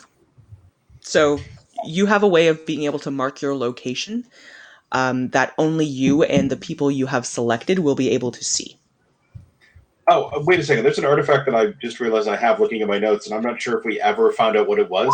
I got a small gilded hand mirror. Did we ever get that identified? Yes, you did. That Oh. allows you to, once per day, use an insight check for free Oh. that will honestly tell you whether or not someone is being truthful. Oh. Okay. You can hold that in your chalk and your robe of many things. I have things. It's your patchwork barbarian. So it gives Batman. you one free honest insight check per day. Nice. I'm going to want to head to the jeweler as well. It won't give you any more than yes or no, but it will tell you whether or not someone is lying to you. Gotcha. I had the other thing is I had four of those other small teeth from Ishora. As a bonus thing, I'm going to take two of them and give them to her as like if in case she wanted to make them in any sort of trinket thing. Actually, all four. I'll give her all four. Okay. She takes the teeth from you, and These are for the stream dragon. That's the she looks at them and kind of goes, "Oh, I can make some interesting jewelry from this. Thank you," and whisks them away under the desk fairly quickly.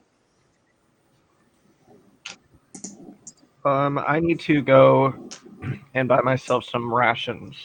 You're going to want to go to the sort of general store in the market, which is located. I'm just going to find a little way right here. Where? I've got a little marker flashing over Ping it. it again. Just look for the pinging green circle. Right there. And was anybody heading off to the potions vendor? I was. Okay, that is located I will get there. up here. I'll go there. Yep. And right next door to that is where Vicus tent is. So we're right here. I'm going to go to see the jeweler. That would be the tent you're currently in. Oh, I thought. Hang She on, is what? the Jew. She does trinkets and Basically. oddities. Oh, okay. Because she mentioned something about. She just means if I were to she means take if you were in like another city, you could take it to specifically a jeweler. I think. All right. I'm going to say there's one other thing that I need. We may be traveling in a place where currency is not as valued. I need to convert about 1,000 gold coins into, I don't know, small gems or some other form that is a little more universal. Don't we still have the 1,400 gold worth of gems You too? have a bunch of small gemstones. You.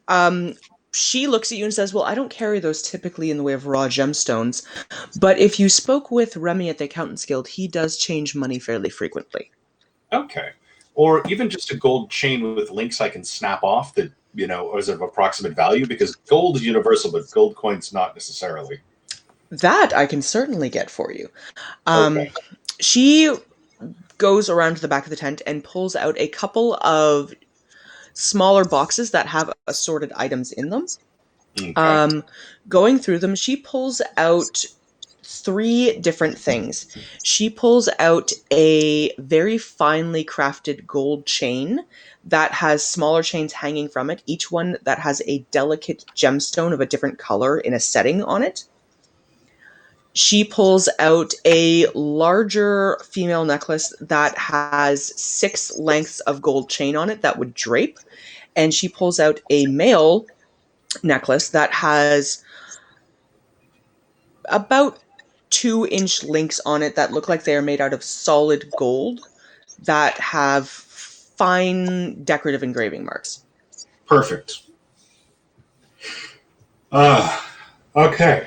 So I'm going to give her 1,000 gold coins from my personal stash in exchange for whatever $1,000 worth of that is. She says you can happily have 2 of the 3 for 1,000 gold. All right. I will take the male style chain and the first one with the gems. Okay, make a note that the gemstone encrusted necklace that you have has 50 small, like pinhead-sized gems on it. Perfect. That's exactly what I'm looking for. And the chain itself is pure gold. Great. So each one of these is worth about 500 gold apiece, the necklaces. Okay. Obviously, once you've given away all of the components to it, it's gone. Works Commander Root, and let's do this, streamers. Thanks for joining, by the way. Also, let's do this, streamers. I like the pun, the reference. Okay, Sorry, we're going to come back around to Ilmir. You have stopped off at the general store. The shop clerk greets you friendly. He knows you very well. You've come here before, living in the city, and says, "Not often you come back in to visit my shop. Typically, you would just get what you need for each mission. Are you looking for something on a personal nature today?"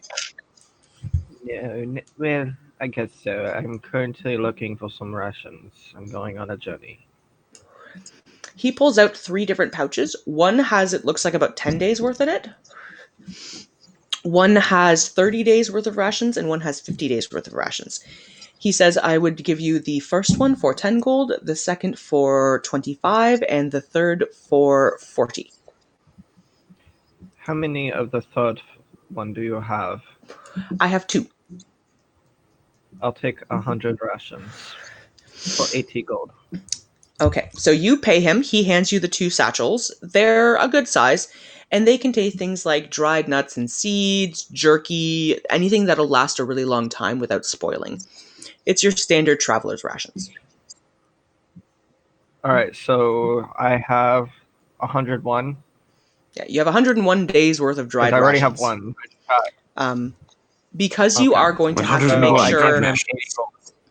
So just keep in mind for your own inventory sake that because you do have to make sure that your pseudo dragon eats, each day uses up 2 portions of rations. Okay. You have to feed your pet. You might have to remind me that every once in a while.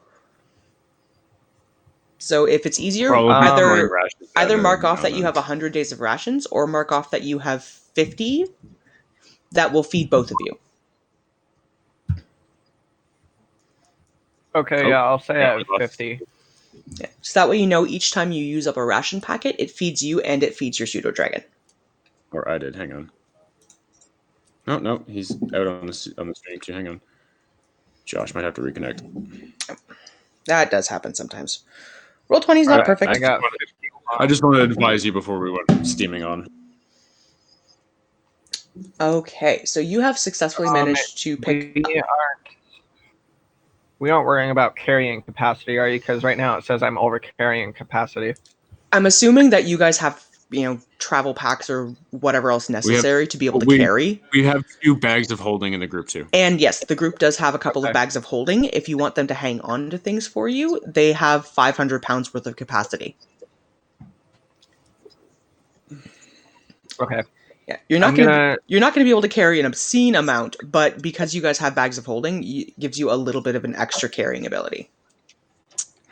Okay. Yep. I'm gonna say thank you to the merchant, and then I'm gonna go Here it comes. to like the center of the store or whatever the fuck it's called, and just kind of sit there and wait for everyone else to join me there. The Crafter's Bazaar, yes. Okay, so Granthar, is there anything else you're doing before we jump over to our other characters? Nope, I'm good for rations, and I'm good for equipment. So All right, we're just gonna give Seeker a moment here. Kel, did Kel want to grab anything, by the way? I think I'm okay. Because I haven't heard anything from her. you got rations and stuff. I was gonna say, just in case, you may want to check the market and do a quick shop, because we are going to fuck off from the city for a while. Do you guys have Seeker back yet? Before we continue, Well, just No. He had a reconnect, but I don't have him back yet. Hold on, I'm going to I'll try be right back. reconnecting too. Okay. Yeah, me as well, and then I need to throw something away, so I'll be back in a second. All right, so everybody take a quick moment to reconnect.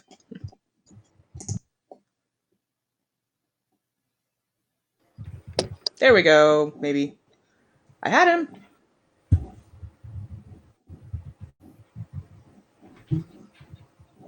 Yeah. Josh, we lost you. All right, he says things are acting up on his end, so it should only take him a minute or 2 and he'll get things back up and running. All right.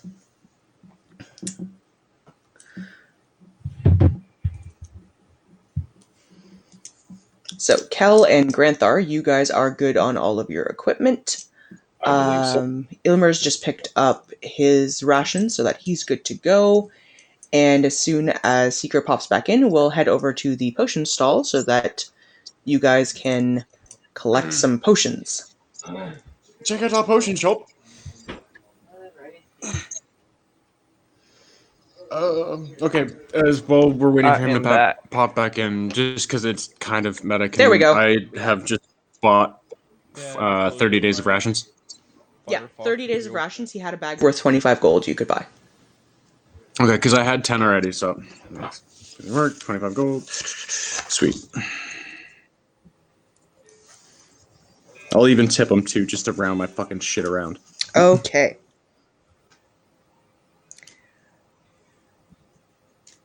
My niece is yelling at me. I'm not looking at a weird odd number. Okay, so you guys are at the potion stall. What are you looking for? Can I join them Health there, potions. or is it too late to say that? You can join them. Okay. Health potions, and you know what? To be honest, out of a curiosity, might want to see what else they might have. If there's anything just interesting there. Take a look at it. Okay. The potions vendor greets all of you fondly enough. He's a relatively nice guy who runs the stall here, older gentleman. And he sets out an array of several different health potions. He has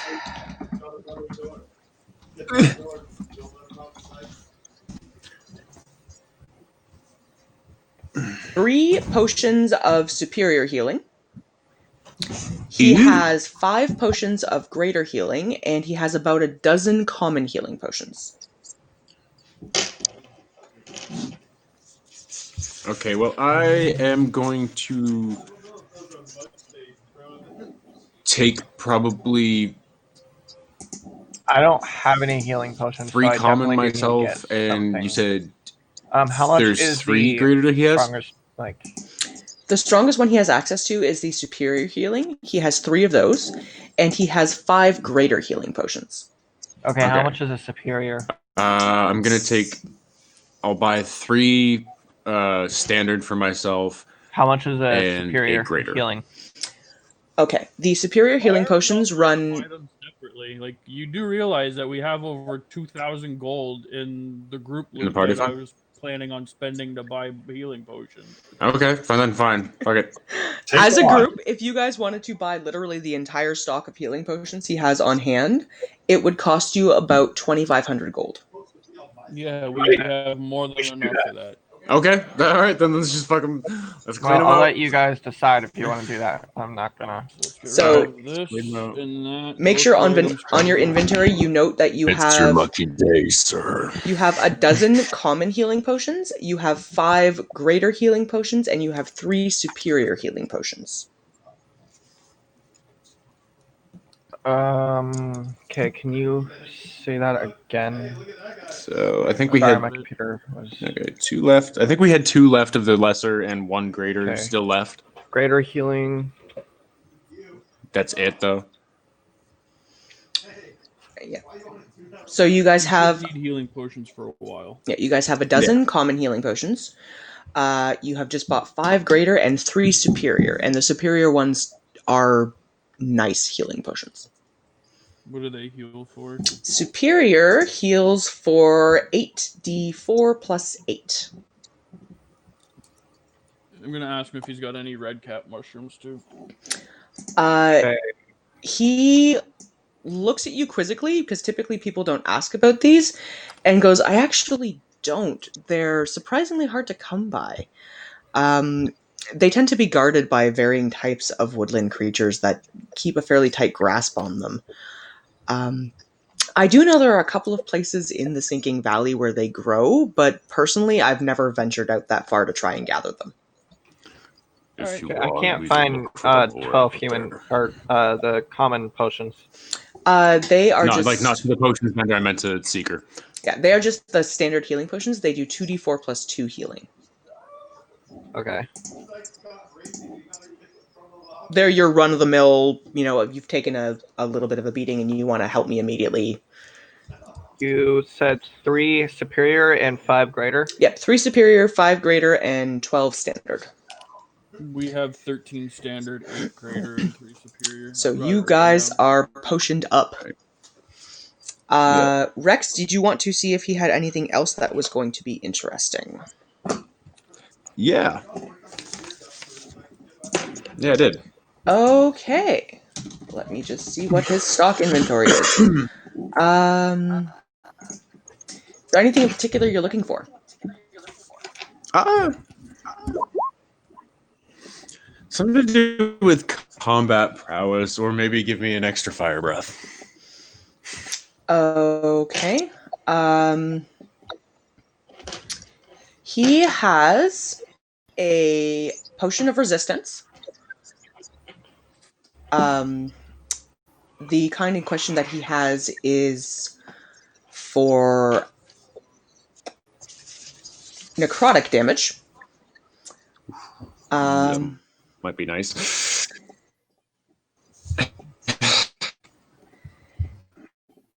He has one potion of speed.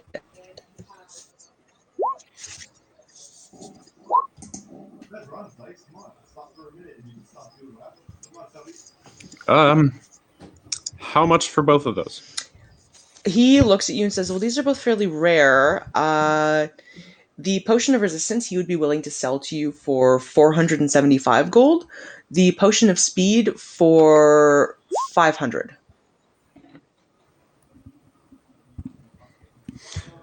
All right. I feel like I want to grab the potion of resistance. Okay. It's 475 gold.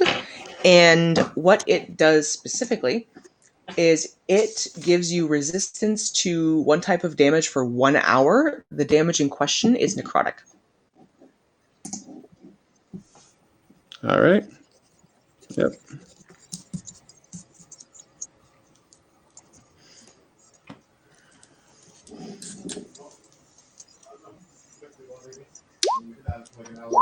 All right. Is there anything else you guys are looking for?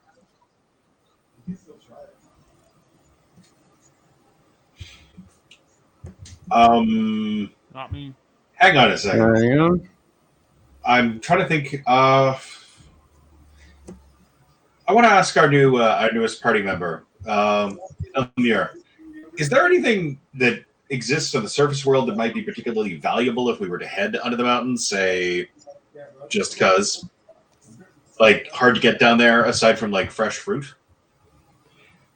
You see that I look kind of uncomfortable because I don't like being down there. Did we lose him? And so I just kind of shudder Amir? a little bit. I'm just like, there's Oh, he's there. nothing for me. Okay, well, hopefully we don't have to find out. When I say that, I said it in a very angered type and like tensed. Okay. Man. I apologize if I've brought up any bad memories.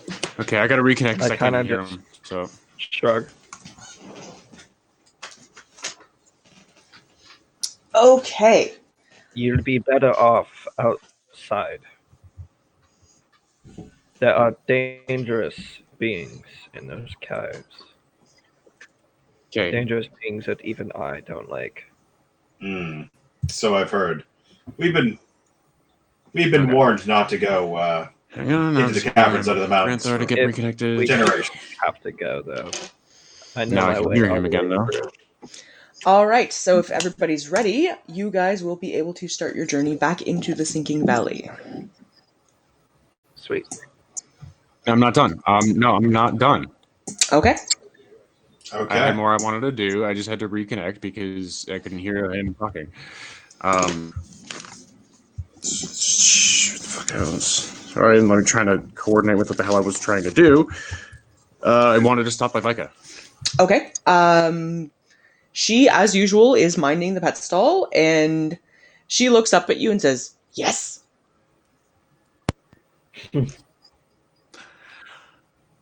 I brought you something, Vika. I'm going to open up the red bag of holding, and I'm going to pull out the 6 Ankeg eggs that I have in there. She snatches them away from you very quickly and gingerly sets them down and starts kind of like looking at them carefully for scratches or dents or cracks or breaks or anything. These are Ankeg eggs. And she says, yes, very familiar. Not much call for pets, but for the right buyer. And she looks at you and goes, I figured if anyone would make use of them, it would be you. gift? Sell? Gift. She thanks you very profusely in a somewhat odd manner, giving you a great big kind of a gnomish hug. She smells like pets. And she whisks all the eggs away very carefully into what looks like a magically heated kind of a container that will help to keep them alive and fresh. And the dragon Anixia is living happily with the barbarians in the valley. I She. feel like there's somebody we're not hearing here. Are you hearing Rex? No, I am not. Yeah, I'm hearing you talk and then silence, and then you talk again. He just finally had to fully reconnect. Granthar, try talking.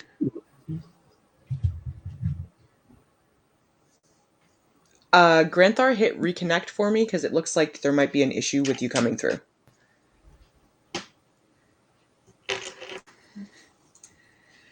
Okay. I've hit reconnect twice. All right. Not sure why that's doing that then. Hitting Roll. it a third time. Third time. Get a thingy. I hear everyone I'm fine. getting a thingy. Yeah. I don't hear Granthar.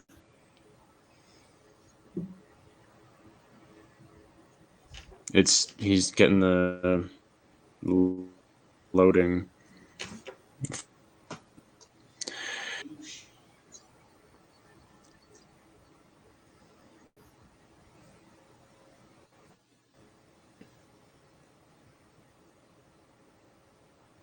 Roll20 is not being friendly today. No, it is not. Is it usually like this? No, Or no, it's not normally this bad. All right, Rex, are you back in and can you hear everybody? no? Try one more. Hold on. Nope. I don't have Josh back in yet. Can you hear me? Wait, is Josh in here? I can hear you. I don't know who Josh is. Seeker. I'm waiting on Seeker. Oh, Seeker, he's in here. I can hear him. Yep. On my end. That was a message. I don't from a have him while back ago. yet, though. Weird. He wants to be a dick today. I can see him on the stream. It's just not coming on.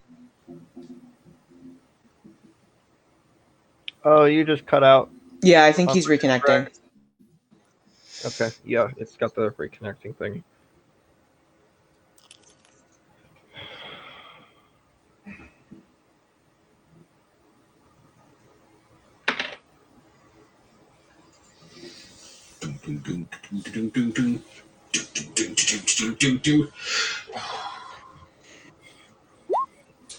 Okay. Josh, I see you. Try talking just to make sure the audio's good. Yep, we're good. Okay. So, Vika has contentedly taken the eggs from you. Is there anything else you'd like to do? I just want to take a quick little perusal. Like, I'm assuming she's got everything out, kind of. All of her usual pets are out. Like all the animals. Just want to take are out in their Do you have cages. anything, just as a quick perusal, do you have anything new since the last time we were here? Because it's been a few days. It's been about a week, I think. This is the last time we were here. She does not appear to have restocked overly much. She still has a couple of pseudo dragons that haven't sold yet. She still has an abyssal chicken. Clearly, no one has had any interest in that. And she does have cats, weasels, sort of standard. What other color pseudo dragons does she have? She has a white one and she has a green one. What is an abyssal chicken? It's kind of like a demon chicken. Oh, Yeah, well, no, I kind of gathered that from the whole abyssal part. Here, let me pull open the specific gonna look it up. stats on the abyssal chicken.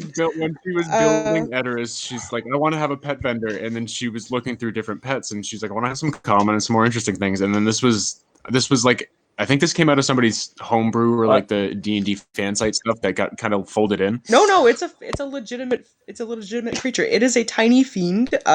It's a chaotic evil creature. It kind of looks like an evil possessed chicken, more or less.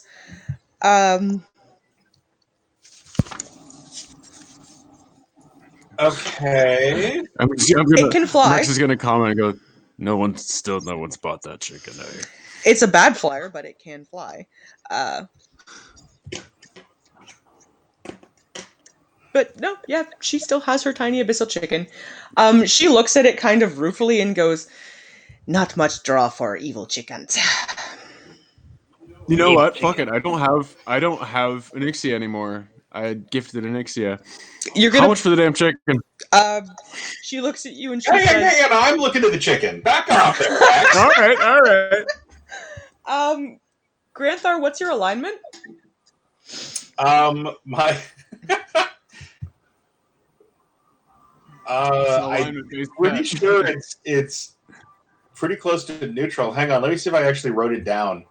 So he may be able to get it with neutral. Did I actually put an alignment on here? Where the heck on D&D Beyond do you put your bloody alignment? Should be at the top of your character sheet. Yeah, that's what I Yeah, thought. they generally have it near the top with all, like your name and class and all that shit. Yeah, right there. Male variant human barbarian 5, level 5. All right, hang on here. I mean, I must have given him one, but as far as I know, he's like, neutral good or something like that. Like, he's not on the other hand, Okay, as long as you're not specifically a good character, you have an option. Okay. The abyssal chicken, Vika tells you pretty honestly, the abyssal chicken will respond better to less kind ownership. But as long as you're not divinity aligned, will respond well enough. Okay. This small beastie is really quite an unfriendly looking creature. He is neutral good. Like, I do think this would complete. I do think this would complete the strange fucking barbarian. He's got a frying pan, a throwing butter knife set, You and could, a demon chicken. You could buy the abyssal chicken if you wanted to, Granthar. Well, I am a neutral good barbarian, so perhaps not. It may not respond well to me. On the other hand, nothing I own does. I'm just gonna let you know that when it comes it would fit the trope. If you wanted to buy it because you are a neutral good character, your animal handling rolls would be made at a disadvantage. Oh, well then.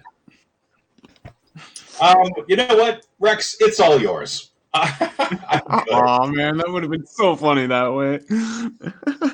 I already have one intelligent thing that is not doesn't respond well to.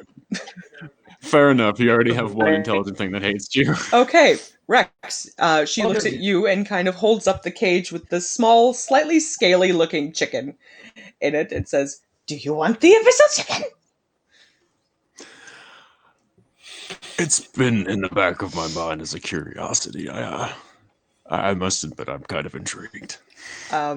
She lets you know half price. You take for half price. Okay. So she's willing to sell you this tiny little chicken for 30 gold. Okay. What is my So you have an abyssal chicken. It looks like a chicken, except it is somewhat scaly.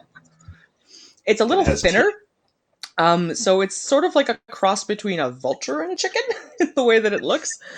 And it is kind of a snarly little creature, but it seems to be responding relatively well to you. She does let you know it is a carnivore. Yeah, I figured. So that you are aware, I will give you the sheet on it later, but it is a bad flyer, so it falls at the end of a turn if it is airborne, and the only thing holding it up is its flying speed. So it won't fly super well. But it does have a couple of attacks, and it will make a multi-attack.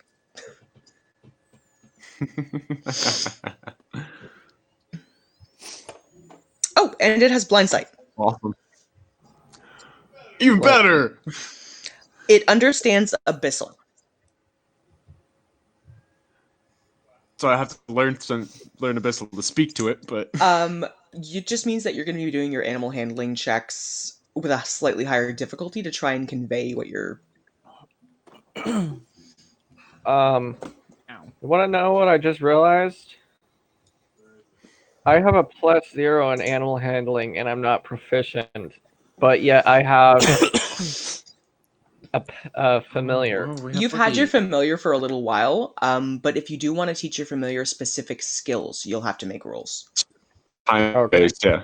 So how well does my Yeah, I was gonna say just for like the base thing, it's not too. That's the amulet. Your little tiny pseudo dragon will follow you around without too much issue, but it's not going to fetch or anything else unless you specifically teach it the command. Okay, I would like to do that in the future. Yeah, whenever you decide, you can't really overload your familiar, so once every couple of days you can try and teach it something. Can I try, like... What would you like to teach your pseudo dragon to do? To fetch, like grab something from me and bring it back. Okay, make me an animal handling check. So,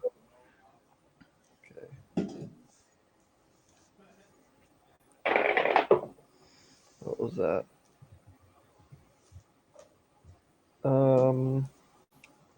Oh shit! Okay, that's a natural 20. Fuck.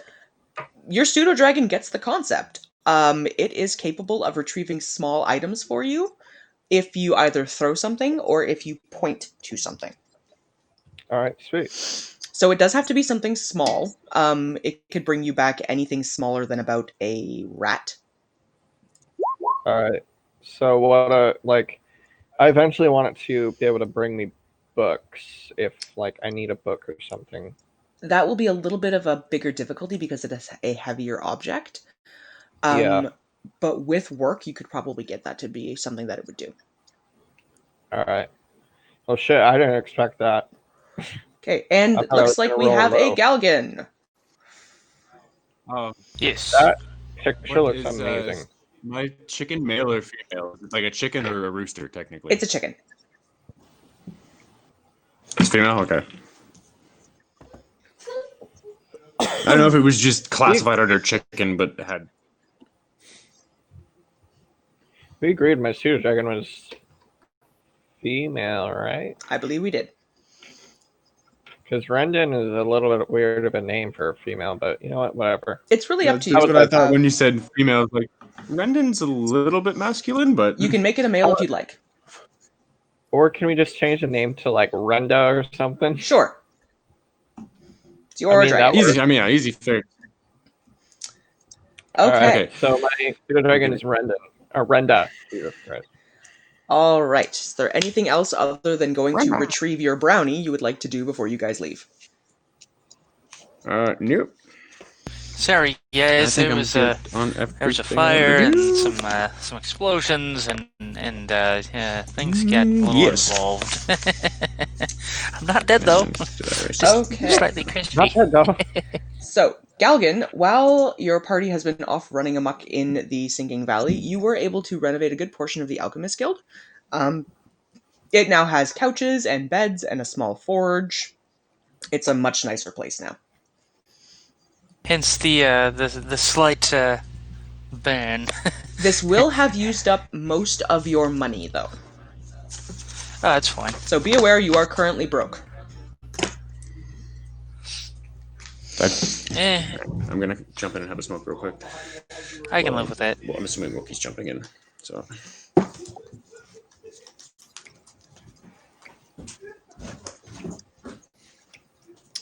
Okay. Hello, Wookiee, if that's your name. I'm Ilamior. Nice. Do we have a new person, huh? You haven't gotten too close to Stabicus, have you? That thing's a little temperamental. I'm a level 5 sorcerer warlock. Yeah. 7'5", 70 years old. Very evil. Well, not that Lawful evil. Lawful Okay, evil. so I guess in my case, I'm just under your nuts. How tall are you? He's about 3.5, 4 feet tall. Yeah. Jesus Christ. Okay, I have something for when I meet you. Yeah, ask old Grantha last time he asked me for a hand. Oh, you got a hand all right. Got Yeah. your little brownie. What? Sorry? God. I mean, your hands were rather soft. I was a little bit thrown back by that. Okay, But, I so- mean, you know. Galgan, you have come to meet up with your party in the Crafters Bazaar. They have purchased a whole bunch of potions and rations so that you guys can head off into the Sinking Valley without having to come back at all for a good long time. Wait, is this Galgan? This right here. Yes, that's Galgan. Okay. He's a little guy. I'm gonna go up to you and be like, look up you up and down for what there is. I'm just gonna be like, you are so small. What are you? Pay me enough coin, baby, and you can find out everything. He's a fairly ineffective pair of brass knuckles. Pathetic. Hey, I was a club, damn it. I think you Get were it a right. sword, technically. I am a sword, swish, swish, clang, clang. I have a staff of thunder and lightning. Yeah, well, I got a shillelagh. Yeah. Fuck is a shillelagh. Tip me enough and I'll show you. Oh, good lord. Here we go. Okay. Galgan, just so that that's you're not aware, bad. you are currently flirting with a 7'5" male drow. I mean, it's not the weirdest thing. A 7'5". Never mind. I'm not gonna say it. I'm not gonna say it. So yeah, you come up to about his mid-thigh. I could Ooh. squish you. I can hang off of it. I could squish you with my thumb. In comparison, you are tiny. Well, I mean, in stature, maybe, but I seem to peck where others may lack. So the For the party... record, no matter what it tells you, we do not call him the tripod. Oh, you're just mad because mine's bigger. Oh, Your mouth? Yes. Touche, good sir, touche. Mm. Wait. Can I? Oh shit. Sorry, I had to. Does my pseudo dragon know like a light attack, like a scuff type of thing, where you just kind of Oh, brush like the scratch shoulder? or claw? let's see here. I well, it actually doesn't do have damage. I don't the want it to do stats damage. for I a just want it to pseudo-dragon. I don't want it to scratch or do damage. I just want it to taunt. Flavor text-wise, I'd say it could kind of nip playfully. It wouldn't do a whole lot, but it would get the point across. Can I command it to do that? They speak Draconic, so I'd say you'd be able to kind of get the point across. And your pseudo-dragon does pick up on your moods, so if you're being less than friendly, consequently it would also be slightly less than friendly. Okay. Then in this case, I want my. It's not going to be a nip. Can I like act like it's going to land on Galgan's back, but then like pushes off with its feet, almost like bullies him? Roll me a high-low. Okay. D6, right? Yes, you may want to reconnect And when you get back out. this is only because of my pseudo dragon picking up my mood. It's not me being a dick. Oh Jesus, what it was? I add what to that? Nothing. You just roll me a d6 and tell me what you get. I may or may not have gotten a 2. Oh, It that's happens. fun. Let's see what that does. And okay, instead of being super gentle about it, your pseudo dragon actually swats him in the back of his head with its tail. So it's less gentle than intended, but it does kind of convey a unfriendly mood. Well, I don't mean to be unfriendly. I was just mean like I don't even command it really. It just kind of. There's a It is. tension level there.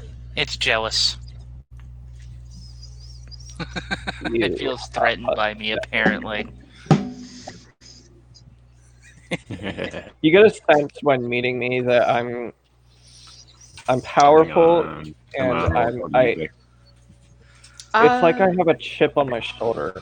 Galgan, roll me a perception check, actually. Okay. D20, right? Yep. Add your Yes. perception. Okay, I have my perception. What's going on? I can hear you, but why is the fucking camera being all stupid? It's okay. Seeker's been in the same view for the past 20 minutes. It's not been 20 minutes, but... Oh, hey, he moves! Wow. God, I swear I need. Okay, so I think my passive perception is plus 10. Please, So come on. that's what I go off of, correct? No, you go off your perception stat, which should be located at the top of the sheets that I gave you. Proficiency. Perception's under your wisdom. Oh, under wisdom. Just a second Mine's here. plus 0, Jesus. God bless it. Proficiency. If you don't have proficiency, it's just your if you don't have proficiency in it, it's just a roll plus your wisdom bonus. Okay, I think I'll just do that. D20 and then Yeah, plus D20 plus your 3. wisdom bonus, and then if you have proficiency, add that too. Your perception is a +5. That's the only option. Oh, okay. Let me do that then. 18. Okay. Being a magic user of sorts yourself, you do get the distinctive feeling that the drow across from you is very powerful. You also... Can I add something on that? Sure. That was kind of cool looking. You also get a sense that I have, like, a chip on my shoulder and that... I don't trust angsty. strangers. I'm what? Angsty. Teenage angst. I mean, yeah. Sorry. I don't trust strangers, so I can get angsty, as Rec put it. That's okay. Just be forewarned. I have more than 3 fingers and I don't smell like cabbage. Well, okay. Thanks for that. I love you, Rex. You got my reference. Carnies. I don't understand. It was from a movie. If there's 2 things I don't like, Carnies. it's people who are intolerant of other people's cultures, and the Dutch. I will torture you like no other torture has tortured you before yet tortured today. Okay. On that note, Jumping back in, is there Yes. anything else you guys want to do in I town? was gonna say there may be a secondary dungeon there. I trust Rex and Don't Granthar and Seeker to have procured the provisions required and maybe some extras along the way, just in case. I have complete trust in them. All how right. old are you, Galgan? Player knowledge. Oh, player knowledge wise, Galgan doesn't really keep track of his age due to his mixed lineage of Fae and Goblin. Most goblins didn't live past the human equivalency of like 10, like human years, because goblins aren't very smart to begin with. They're small I and can easily tell. squished. Yeah. But thanks to the Fae lineage and the fact that father was a rather skilled goblin, he was extremely intelligent for his race, which is about average for most. And then mom being a Fae, it's She's with elderberries. He's between Hey, 90 you and leave her 100 out years there. old. yeah, there we go. I couldn't remember I'm if we'd 70. actually given him an age or not. Yeah, he's between 90 and 100 Oh. years old. I want to add something. Hmm. You can see, everyone can see right now, that I'm kind of rubbing a rock behind my back with my thumb. Okay. And my Rheumatism. pseudo-dragon is sniffing that rock. That's a foreshadow of me. Oh, okay. All right. So, any other business, or are you guys good to go? I'm good. I think we're alright. I think we're good. What the fuck was that noise? Okay. They're having some fun back there, apparently. So, you guys have picked up your provisions, you have gathered up any extra supplies, you've restocked on health potions, and you start your journey into the Sinking Valley. Now plus 2 companions and Go a the other way. pseudo dragon. Whoa, love my pseudo And an abyssal chicken. And an abyssal chicken. Oh yes. Because I forgot that, yes, you purchased an abyssal chicken. So I By the just way- need to put a couple of characters in, but I have shifted the map over to... I have shifted the map over to the Sinking Valley so that you guys are back where you need to be. By the way, I'm gonna end up 3D printing a pseudo dragon and my character, and I'm gonna paint them, and then I'm gonna show it to you guys. My Awesome. work. Always Nice. cool.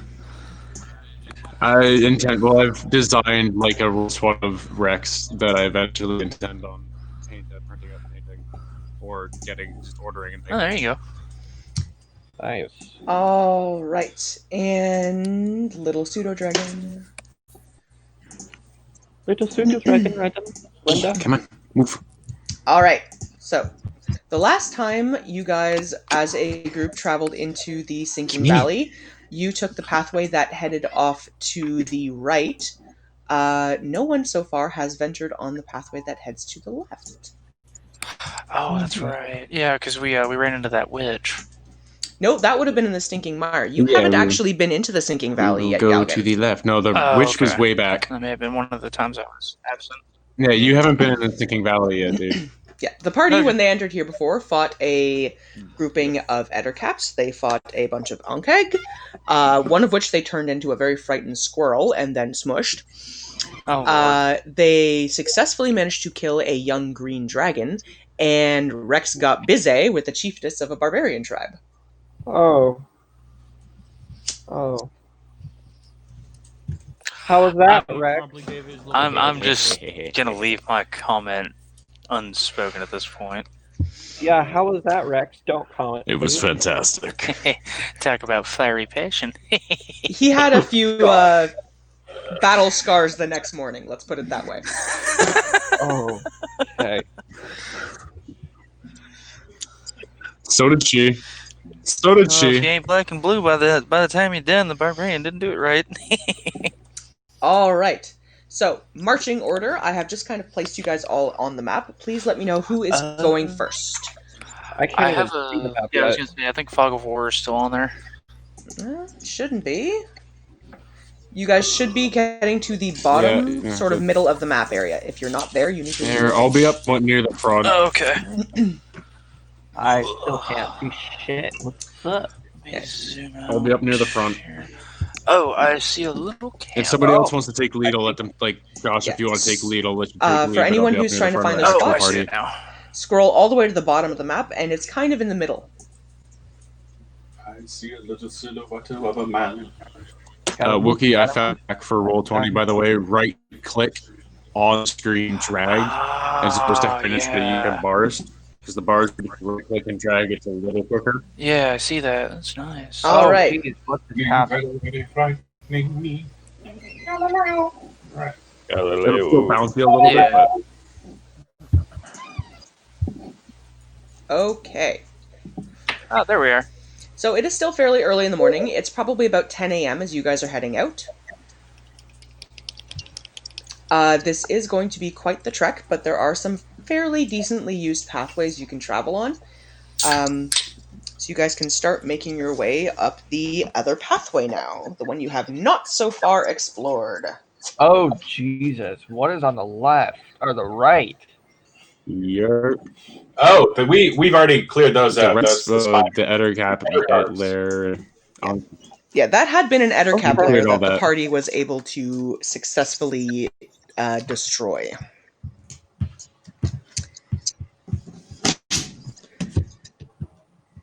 Alright, I'm just gonna keep moving my character along the road here. I'll travel at the front and scout ahead like I did last time. Okay, Towards Seeker, the area you we are haven't been to yet. scouting. And Yep. Okay. So Alright, I'll start moving. I think I'm at the right now. Damn, I wish there was a way I can move both my characters. Oh, my- give me that. you Come on. can hit select on your tools, select both of them, and click and then move them both at the same time. Huh? If you go up to your toolbar, there's that little arrow. If you hover over that, there's a select and move. If you click on that, what you can do is click on a part of the screen and then drag it. It'll highlight both of your characters, and you should be able to select both of them to move at the same time. Select move. No, it doesn't do that. All right. Well, in the other case, what I can do is just kind of take our time with movement.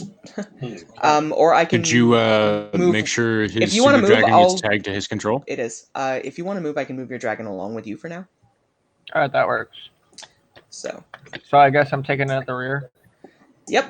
You and Galgan are currently the back of the pack. For Galgan, that makes a fair amount of sense. He has fairly short legs and doesn't walk very quickly. Yeah, I'm gonna get annoyed immediately, and I'm just gonna walk. in front of I think Galgan. I'm at the fork right now, where I'm at. Hang on. I'm waiting for the other characters to catch up too. Just make sure we're placed. Yeah, I'm just trying to find if we're placed on the map the right spot. Yes, you are. I think we're on the right now. I'm at the fork that we didn't take. Yes, you guys Looks had like it. traveled Okay. in one direction, and that leads you off towards where the barbarian tribes lived. But you have not taken. Make sure we're finding the right spot. You have not taken the left-hand fork yet. So we'll start opening that up. Lefty. All right, Seeker, how far ahead are you going? Far enough ahead that they're not seen, but close. I can run back to them if needed. Okay, so you're about 30 feet ahead or so. You come up to a clearing that is on the pathway. Roll me a perception check.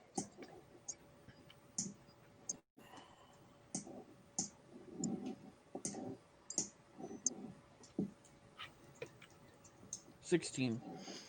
16. All right, this clearing does look surprisingly peaceful. And looking around, you notice there are several large groupings of red-tipped mushrooms. Oh boy. Okay, so I'm going to pace back to the party Skip my runes. and let them know that the clearing ahead looks peaceful, but there are red cap mushrooms in there, and having talked to the potion vendor before we left Edoris, those are usually guarded. What those are. By something. Not always the same somethings, but by something. All right. Are you guys going to approach as a party, or do you want to harvest some mushrooms, Seeker? I feel like harvesting. I feel like doing some damage. All right. I'll be Who a is distraction if entering you the want. clearing? Shit, I'm not I entering it yet. I'm pulling out my 2 daggers and getting the venom dagger active. I'll go in. Okay. I'm going to toss a couple fuzzy balls out of my. I'm gonna pause at the entrance for when he's. Let me know when you're ready, and I'll go in first, so they look at me. All right. Granthar, what are you summoning from your bag of tricks? My bag of tricks. I am summoning. Badger. Double badger. Let's find out. I'm summoning right. number 6 and a number 7. So, from my bag of tricks, that would make a giant badger, nice, and a dire wolf. Oh, wow. Okay. Nice. So you get a Badger. badger. Oh, And badger. you get a dire wolf, and dire wolves are huge. So are giant badgers. He's an angry puppy. Mm-hmm. My pseudo dragon's gonna kind of stay up in the tree. So you get a great big, not quite that big, Jesus Christ! great big wolf, You can ride them. and a big old badger. It's an elephant wolf. Mm. And I'm just going to make Yeah, I was gonna sure. say direwolf is rideable. They're big. It's my dire wolf. And I'm just going to make sure I have assigned you control. Dire wolf. So for the next 24 hours, unless they hit 0 hit points, you have a giant freaking wolf and a badger that does not give a fuck. No. A badger that just wants to live after being in that disgusting bag. What? Mhm. Sorry, Alright. All right, so you guys have all approached the clearing. Who is setting foot in? I can. If you want. I would suggest letting the big dragon. Are we all go. good? You all ready? Yeah, I'm here. Sorry, had to take care of something. Mm-hmm. All right, anyone entering the clearing, please do so. Okay, And I'm gonna run into where I put my character, and I'm just gonna run in there. okay, I'm running where I put myself, and I'm holding my action. and would anyone who is entering the clearing please roll me a perception check? Alrighty. What do I have for Perception. modifier? Hey, I rolled a natural 20. Very nice. 20. Okay. 7. I rolled a 12, 7. and Cal rolled a Add. 20. Anyone who rolled above a 15, I did. 16. you guys notice right off the hop that the trees in this area seem to move ever so slightly. And you also notice that sitting up on one of the treetops, there is a small naked female creature. Oh. I'm gonna have my staff of lightning and thunderbolts ready. She is looking at all of you, kind of swinging her legs back and forth and giggling slightly. Oh God. Ooh, naked. I'm pretty sure I know what this is. Well, I'm hello. gonna Wait, I didn't notice that. Can I make a investigation check and see if I know what this creature is? Yep. I have a +5 in it. I'm pretty sure. That's an That would unnatural even be 20. out in Arcana, but You know exactly what this is. This is a dryad. They are neutral by nature, woodland beings generally. They tend to be fairly protective of their domain, but they are playful, inquisitive, and quite fond of shiny objects. Okay, I'm gonna say everyone stop moving. Huh? Why? What's going on? Okay, so There is a dryad in anything the on tree. fire. Oh! Naked tree ladies. Yep. Easy there, Grantha. Keep stabbing in Shiny the balls. object. Does anyone have a shiny object? She will let us pass. She looks down at all of you and speaks in we have lots of a shiny objects. slightly ethereal voice and says, "You've entered my glade. Mhm. If you would like to stay, harvest anything in it, or passage, we can discuss this, but show me what you have." What do you want?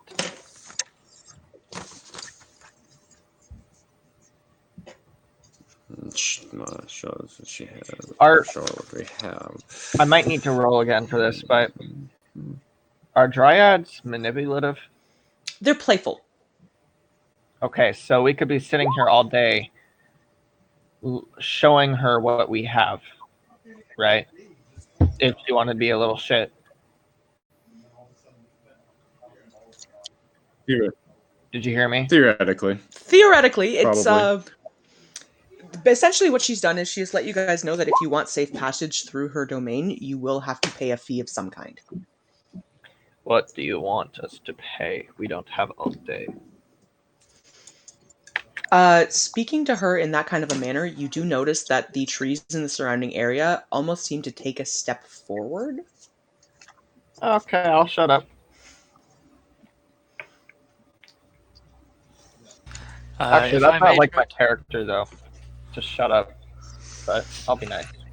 If I may try to smooth over the situation, being partial to druidic ways, I may be able to salvage the situation. Yes, try. Anyone who'd like to make her an offer is more than welcome to. Okay, I just want to make sure before I start doing anything. My wolf is friendly. You can pet him. I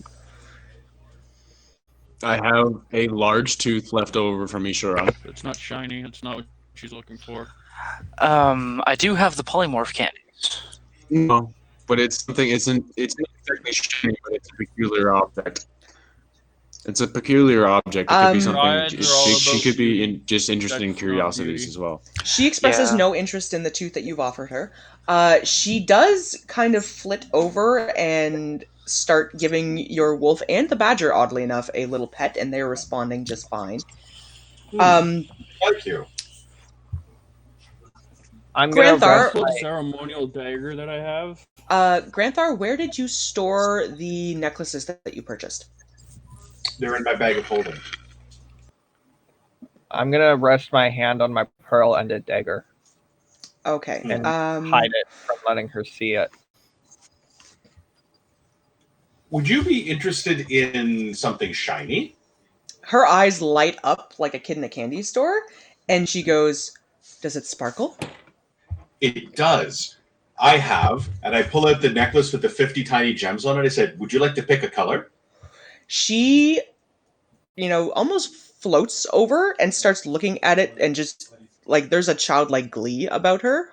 What's your favorite color? And she's kind of looking at the different colored gemstones, and her eyes settle on a, like, pinky nail-sized emerald that is sitting on it. And she green. goes, "Can I have this one?" Of course. And I snap it off and I give it to her. She takes it, looks at it, grins, lets out a feminine giggle, and vanishes, leaving the clearing empty. You watch as the trees recede back. Huh. All right. I'll put that away. Alrighty. Huh? Yep. Not everything has to end in bloodbath. So you guys are left with an empty clearing that is free of dryads and moving trees. It just has a big ass dire wolf in the middle of it. That's all. But there are large groupings of mushrooms that are around the clearing. It's on our side though. What was the value of these? Mushrooms. Sorry, what was that? What made these mushrooms valuable? They just look poisonous. Red cap mushrooms are used for Are healing used magic. in healing potions. Oh, okay. Are. So I'm gonna grab 12 of them. Okay, you can harvest.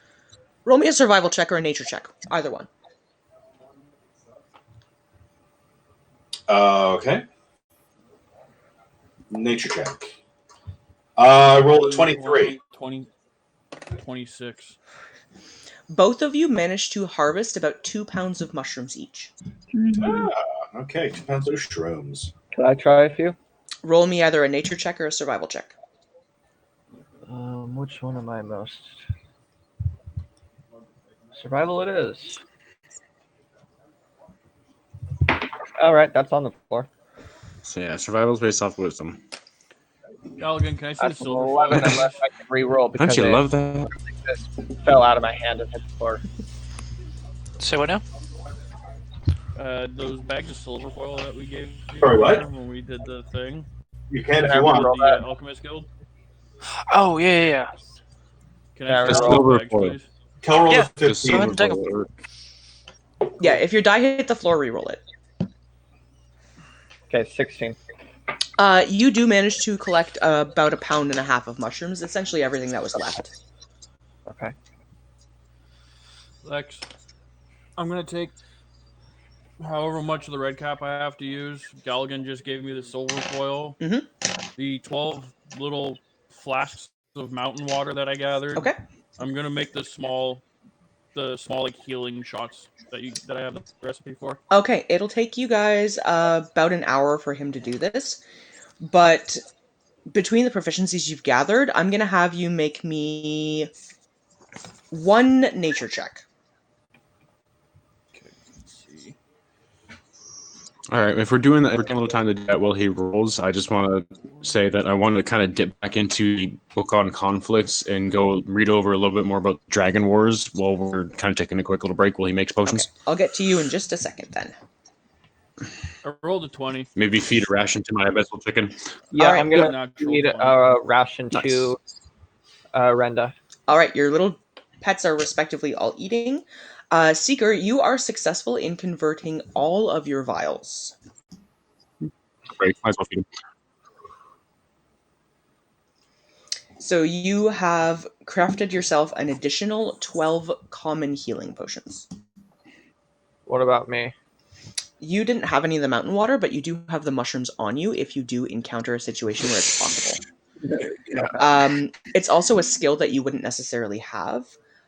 Seeker has mushrooms, specific skills water, in and silver foil, I think. Yeah. Seeker has specific Yeah, you have to have the skills skill. in poisonings or herbalism that will allow him to do this. I'll be right back. Well, then, actually, what I'm going to do is I'm going to give the rest of the mushrooms that I gathered to Seeker.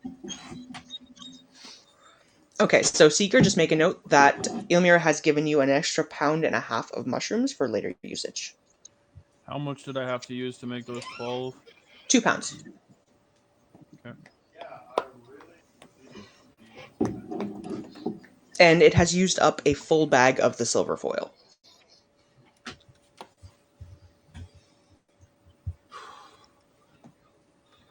Okay.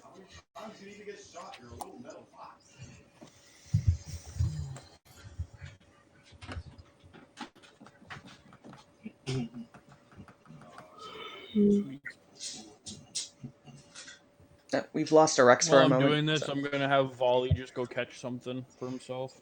All right, your Bloodhawk goes off and comes back having caught a squirrel. Wait, can my pseudo dragon do?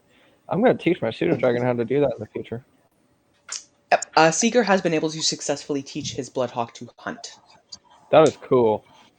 So it has gone off and caught itself a squirrel and is contentedly sitting in the clearing, ripping this poor helpless creature apart. It's a very happy Bloodhawk. Wait, since it's a different day, can I try to do that?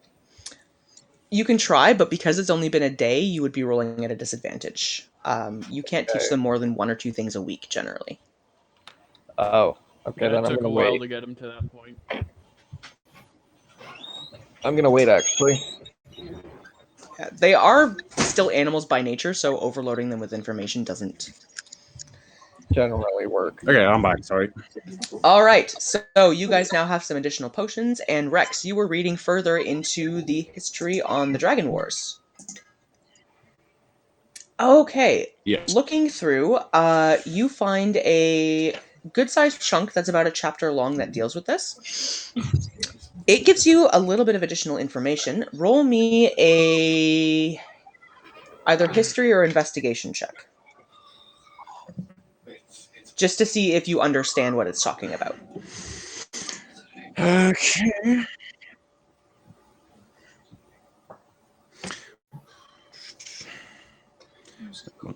So, history. That is a 12. Yep, you're good. All right, you're reading a book, so it's just a fairly simplistic check.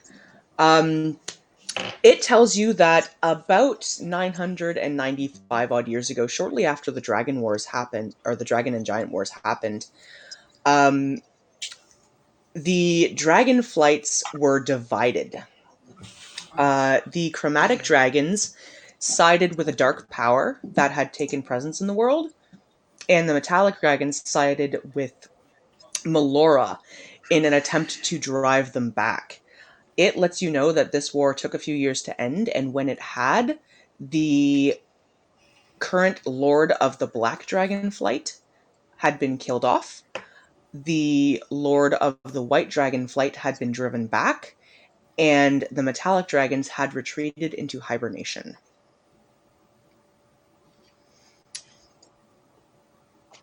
It discusses the fact that when the Dark Presence had initially entered, it had went to the lords of the various dragon flights to try and gain their allegiance in helping with whatever they were planning on doing. Okay, so while we're in the clearing, then I'm going to speak that. Guys, the book details the Dragon Wars. Specifically, anything we may come across habitats, probably not going to be a friendly dragon.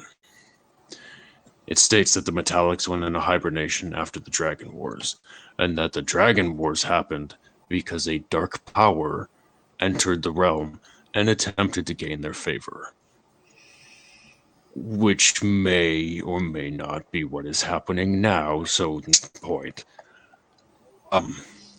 We may either want to be aware of said dragons or see if we can strike a bargain to at least prevent them lying with the force we're against, because the metallic dragons last time sided with Melora. That name sound familiar? Kind of, yeah.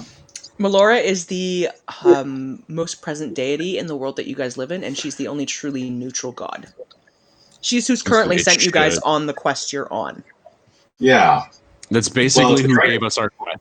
Will I know who? That's who gave our quests. Yes, living here, you would know that Melora is the main goddess that the world worships, and also the strongest of them. The I'm gonna primary good god. So, from what you guys have gathered, the last time that this happened, the Dark Force that had attempted to take over. Snap the book shut and put it back in the thing. Yeah. So the last time that this happened, the Dark Force had managed to strike a bargain with some of the dragon flights to gain their allegiances.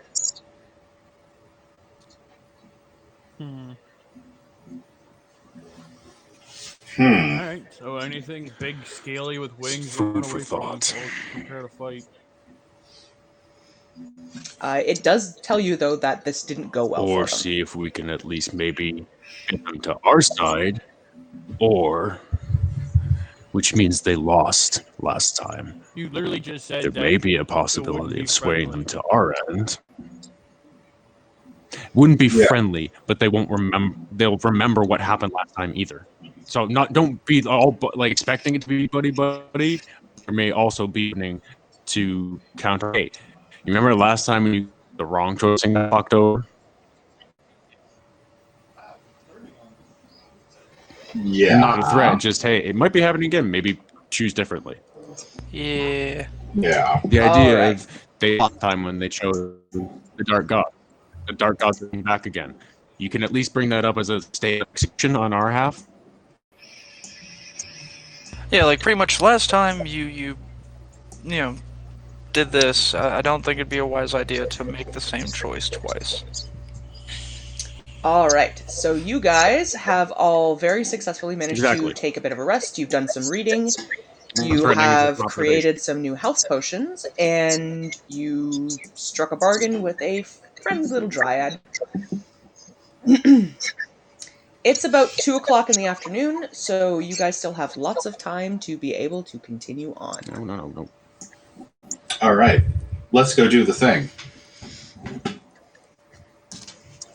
Continuing on. Chance for glory. Do do do do do do do do. I don't need that one anymore, because you guys navigated that. Brains of cantaloupe, kiss that cantaloupe with Come on, roll 20. Let me move my character. Oh, so if we Jerk didn't ass. get through There we go. Yeah. Oh yeah, dryads are tough. Alright. Are we continuing in the same order with Seeker going up first? Sure.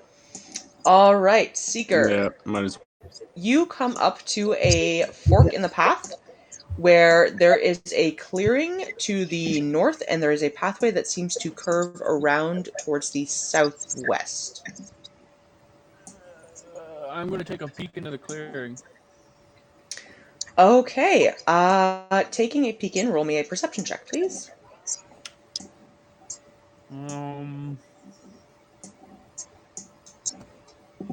18. You notice a couple of things right off the hop. You notice that there are several large disturbed earth sections that look like burrows, and you notice that this clearing is littered with statues. Yep, I'm going to go back. Tell everyone Oh, fuck let's me. avoid that clearing, and we're just going to continue around the path. Sorry, what? Yeah, go. So there's a clearing. It's going to be up ahead of us on our left.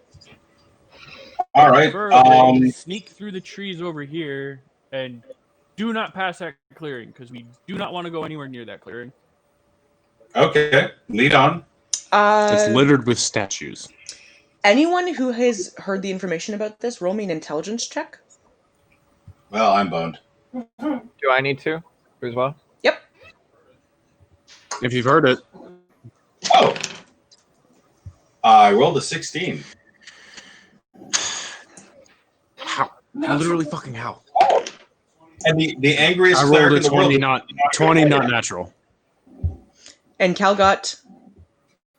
Natural 20. Oh, very Nice. nice. 21. Brained better than the Have a rest natural of brain. 7. 21. Galgan, you have no idea what they're talking about. The rest of you, though, do remember either from personal history or from stories that you've heard that the presence of these kinds of statues and the burrows that Seeker described would indicate that this is probably an area where basilisks live. Ooh. Yeah, no, I'm good. Let's not. Yeah. I agree. Okay, so you guys are going to That's why I was saying sneak we around. should probably cut through the trees right here instead of Bypass going the up around the bathroom. path. Yeah. There's an open area right here. Let's just go There is a Yeah. pathway that branches off away from the clearing that you can take, where you won't All right. have to physically on enter. through here. Yep. Sneak. Everybody roll me a stealth roll while you're passing by, please. Oh no. I knew it was coming. I need I knew it was coming.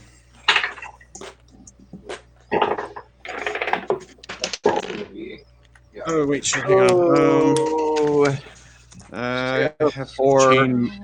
I have chainmail on, which is, I think I is can a use penalty to that. no, deception's the wrong thing. I got a 4, Same fucking roll. Ooh, maybe 3. That would be a 3. Oh. Cal rolled a 3. I rolled a 12. I have to roll disadvantage. I rolled a 3 and got plus Oh. 1. Chainmail, do I have to roll a disadvantage? no, Is that what it chainmail is? is fine. Because I know it's got some sort of penalty. 18. Chainmail's fine? Chainmail's fine. Okay. All right, so we have. I rolled a natural 1. Fuck. Okay. Where? So he Rex? farts and sneezes loudly simultaneously. Rex, No, he steps on a Cal, branch. Rex, Cal, and Ilmir, as you guys are passing by the clearing, you manage to hit all manner of broken branches, dried spots. Was there anyone who rolled a natural 1? That would be Rex.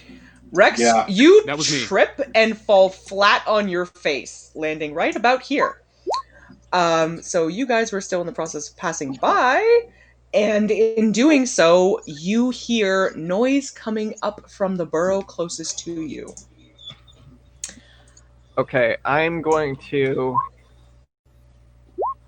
look at Rex and say something in Draconic. That means I'm gonna hear him too. Which is gonna mean pretty much stand back. So I'm gonna hear that too, because I speak Draconic. Okay. All speak Draconic. Yeah. Oh, Yeah, I think Okay, well actually then- most people do. fine. That's Would- okay. We didn't tell you that. So as far as you know, we don't know it. Yeah, surprise. I say stand back and kind of motion everyone to stay where they are.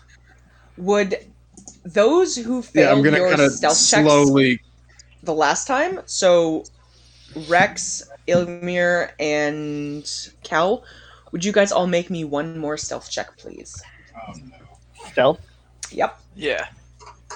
Okay. 11. Am I at disadvantage because I Yeah. fell made a You noise? fell on your face, so yeah, you're rolling a disadvantage. You have to get up. I got 17. 12. 18. All right. I did better. Okay. 13. You got Because my one better than one me. was 19. So You do manage to back away from the clearing very carefully. Both of us? Yeah, everybody. Oh, good. So we don't die. Yeah, you guys are successful enough, and you didn't whiff this one horribly. You can get past the clearing. Sorry. That could have gone really badly. The cursed dice. All right. Die. Why did I say that weird? So, moving along on the pathway away from the clearing of potential death, you guys continue on, and Seeker, I'm assuming you're still taking point. Yeah. By the way, there's someone way down here. I think that might be the cleric. Oh, whoops. yeah, I was gonna I say, did Grant that Thar, you're not backwards. moving Sorry. Cal. Oops. There she is. It was an accident. Don't forget, Granthar, you do have quite the You left me behind, you bastard. proficiency in hand-to-hand combat.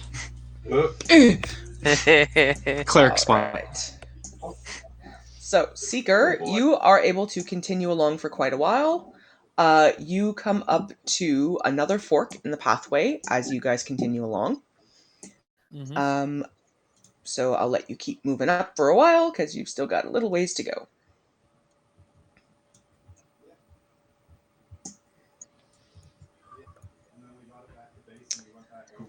As you approach it, there is one fork that goes off to the north, back in the direction of where the basilisk's den appeared to be, and there is one that goes off in sort of a northern direction.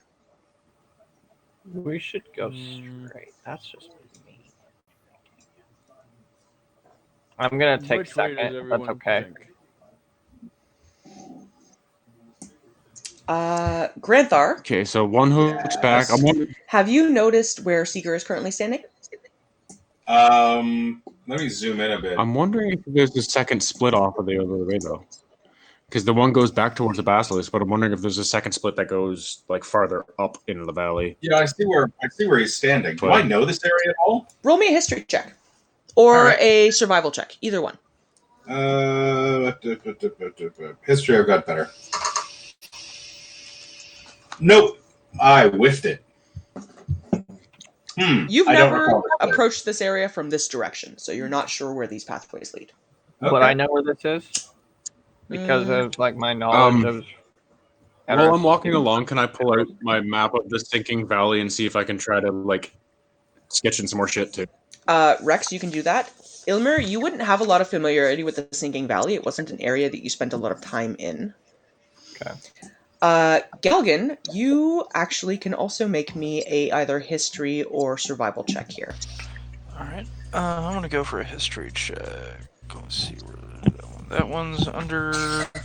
Okay, +2. Okay. He's working on it. Fuck me. I got a 6. Okay. You cannot remember this at all. So you guys are just going to have to make a decision. Okay, fuck, I gotta reconnect next year. I vote to go in the direction that doesn't involve sudden death or the bruising of your favorite brownie.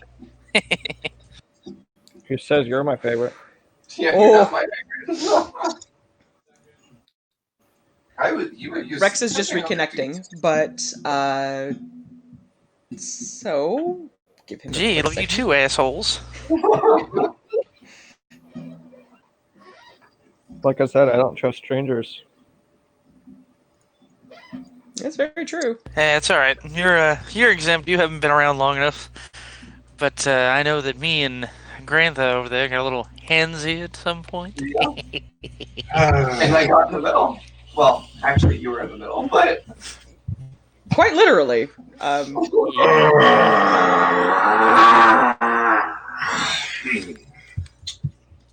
Okay then. Right, Rex is just having a little bit of a reconnection.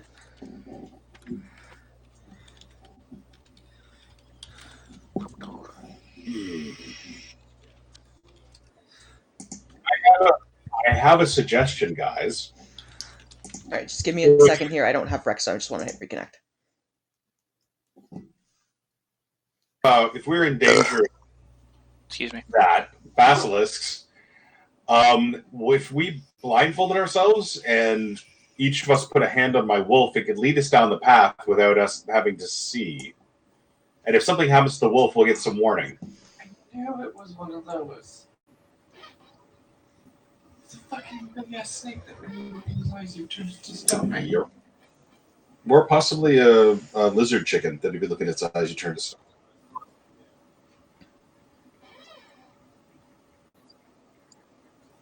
It's not a snake. No, they're a big, No. like 8-legged lizard thing.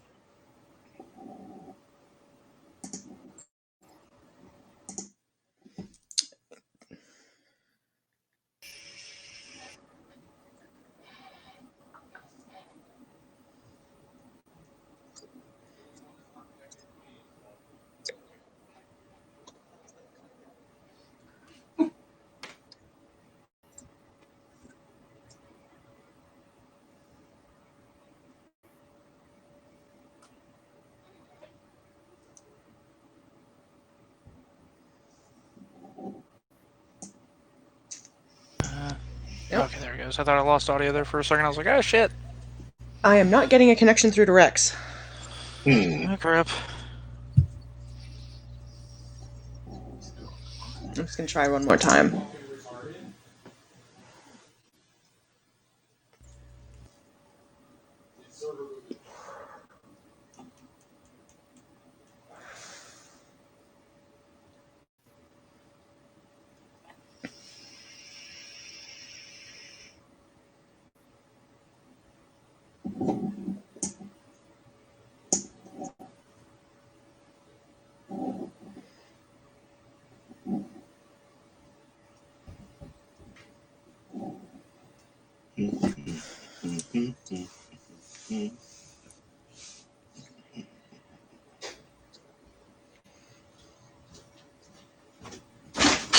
Fucking cigarette related to that. It server booted me. Oh, Rex got server booted, so we're just going to give him a second. Okay. But he is in with me, so he can kind of keep an eye out, and he'll be able to hear what I'm saying to you guys. So, do you guys want to take as a party vote, are you guys thinking you want to try and find a way to deal with the basilisk, or do you guys want to take the pathway that's leading to the north? I would say You let's guys are willing go to wait around the basilisks. If that's Yeah, okay. let's go around them. here. I can Yeah, scout the north. Split off. paths. It does split off. Oh, wait. North. Seeker, are you able to be petrified? I mean, you're made of metal already. Regardless, they would Guys, have to be able let's to take see the me damn to do path. it, and I can All right. basically 'Cause it does become exactly a what I ghost thought if it did. want. What? Yeah, you can scout ahead if you'd like to, and see what is up on I have an ashtray. either pathway. That's what I'll do. I'm gonna go stealth, and I'm gonna try to scout both pathways up. Okay, roll me a stealth check.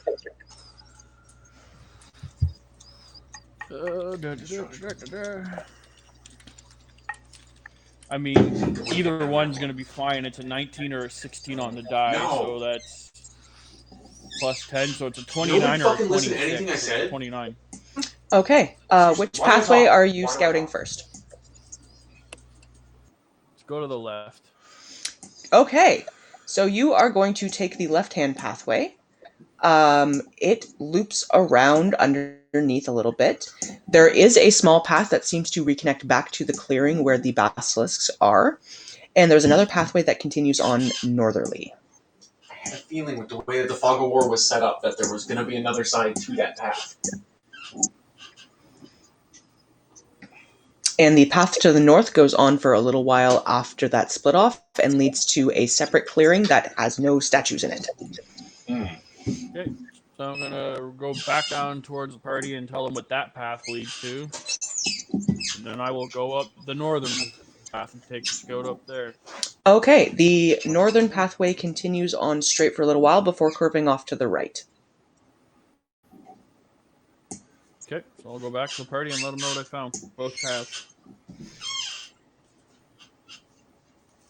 Let them figure out which way we want to go now. Because I had the map of the village hang on me. That's Okay, so Seeker does relay to you guys that there are two different ways you guys can go. There's the northern pathway that leads up before curving to the right, and there is a pathway that avoids the basilisk clearing and continues on to the north if you guys take the left-hand fork. We might take the left, maybe.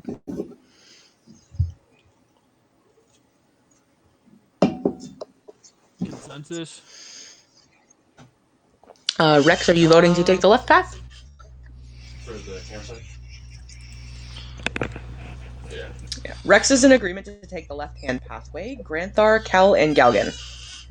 I'm saying we go to the left. Okay. Yeah, let's go take a look and see what's in that clearing. Okay. So I'm going to put myself right at the. Actually, no, I gotta be ahead so I can scout. Never mind. I'm gonna move ahead. Take a look into the clearing. Okay. Entering into the clearing, give me just a second here. I have to get my sheets. That's my sheets. Fucking retard piece of shit. And right now you're not entering in, correct? You're just looking. Yeah, I'm just getting up to the edge and taking a look. Still in the tree, so I can hide, but Okay. Rex is going to go and fix his laptop, but looking into the clearing, it is a fairly nice looking woodland kind of a clearing. There are small shrubs and bushes around. There are, standard kind of plant life you would expect. Roll me a survival check. survival. Ooh, I don't have double Okay. proficiency in that one. That's a 13. 13. There are some tracks that are going through. Offhand, you cannot identify them, but they are fairly large, and it looks like there's more than one creature that's been going through here. Okie dokie. I'll point out the tracks and see if anyone else knows what they are.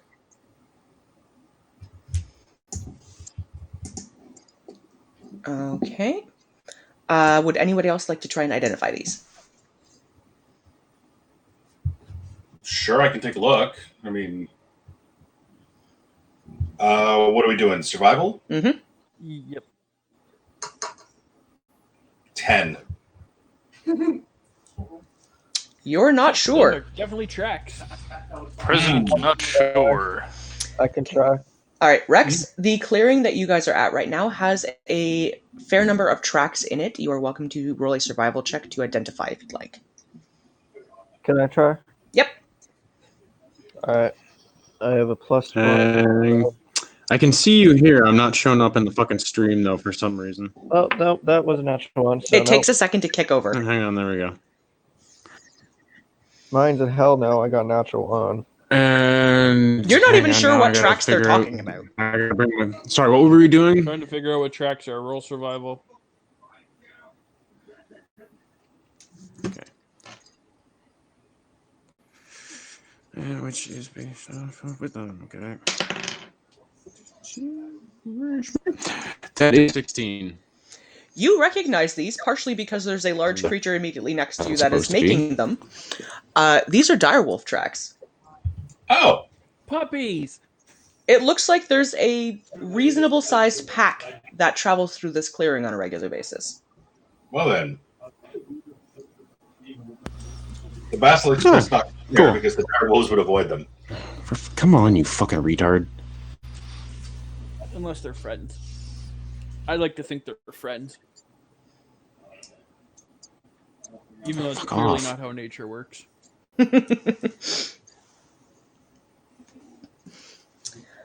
All right, do you guys want to continue through the clearing? If so, are you just stomping your way through? Are you going stealth? Well, I'm going stealth. Yeah. I Okay. also want to check the plants that are in the clearing. Come on, you fucking retard. Well, considering the Work. fact that most of us kind of failed the stealth roll. As soon as my map will cooperate. Mm-hmm. I didn't make a stealth roll. That's what I said, most of us.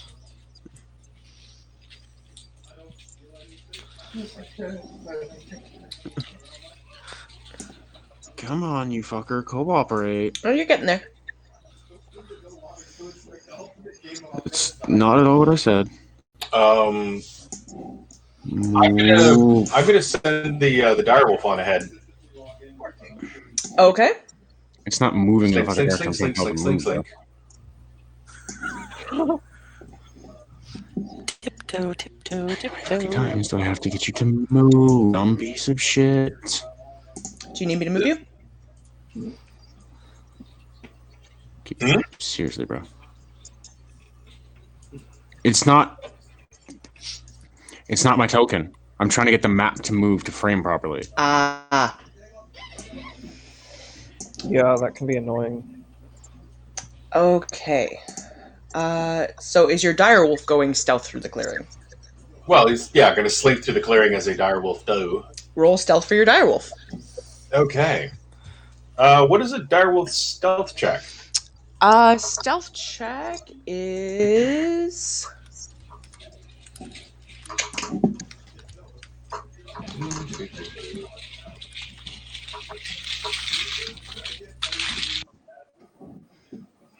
a dexterity check. What is its dexterity? Sorry, my dexterity or its dexterity? It has a +4 to its stealth. Okay, I will roll a d20 plus 4. Oops. Oh, come on. Well, Clumsy the Wolf here just rolled a 7. Oof. Okay, so your dire wolf enters into the clearing, kind of loses track of what it's doing for a little while, notices the other dire wolf tracks, and lets out a bit of a howl. Oh, come on. That was, no. Oh, well. It was born yesterday, so. Would everyone please roll me a perception check? Ow. Alrighty. 12. And Cal rolled a 20. Well, that's a 3. 9. 18. Okay. Anyone who didn't roll a critical 1, which I'm assuming is everybody? Yep. You guys all hear distinctive howls coming from varying directions. Anyone who rolled above a 15, you guys are able to notice specifically that there appear to be 5 distinctive howls, and they are coming in from literally all sides. Oh, okay. Oh. Including the south side where the basilisks are? Surrounded by Sort of. Oh, no. Would everybody please roll me initiative? Wake up the basilisk. That's going to be bad. And that's just a flat. You should have an initiative bonus. Let me see here. 22. 7. 14. If you have an initiative bonus. Okay, 14. that's an 18. I also got 14. All right, one at a time, guys. Rex, what did you get?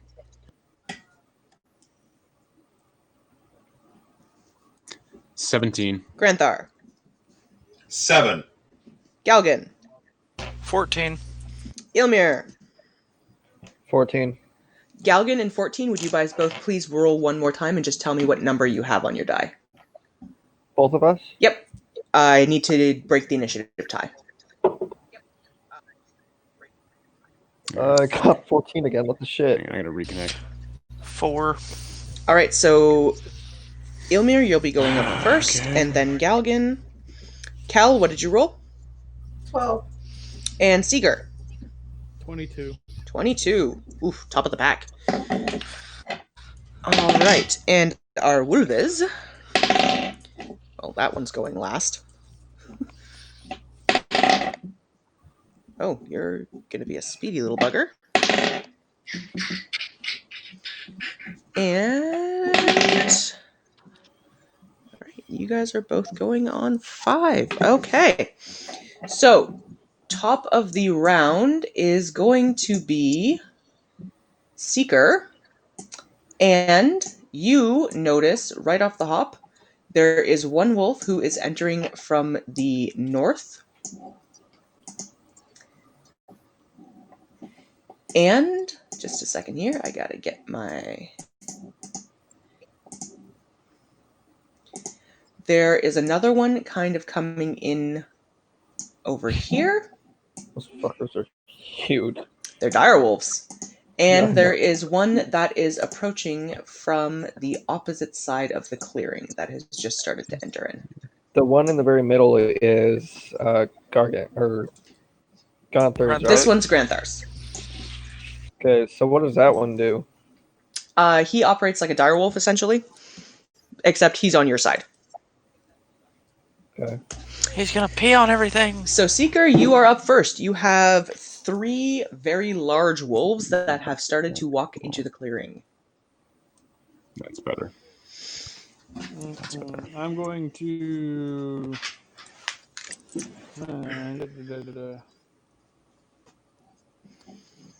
I'm still stealthed, right? Let's see if they've noticed you. Well, they're gonna have to be 28. That one rolled a natural 20. This one here at the back has noticed you. The 2 on the sides, on the other hand, have not. Cool. So I'm going to sneak up to this one. And since my venom dagger's got the venom on it, I'm going to have both my daggers. I'm just going to stab it twice. All right, roll me an attack. Come on, give me a hit, because that's an automatic crit. Oh, that's 15, 20, 22. That'll hit. Okay, so the daggers do D4 plus this. Right? Yeah, okay.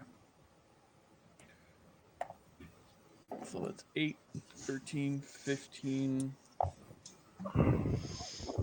So the first one takes 23 from the first shot. Hang on, honey. Apparently there's a Twitch issue.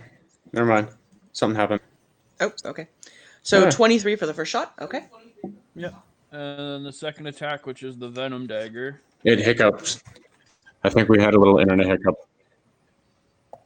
That is 19 on the. So it's 19.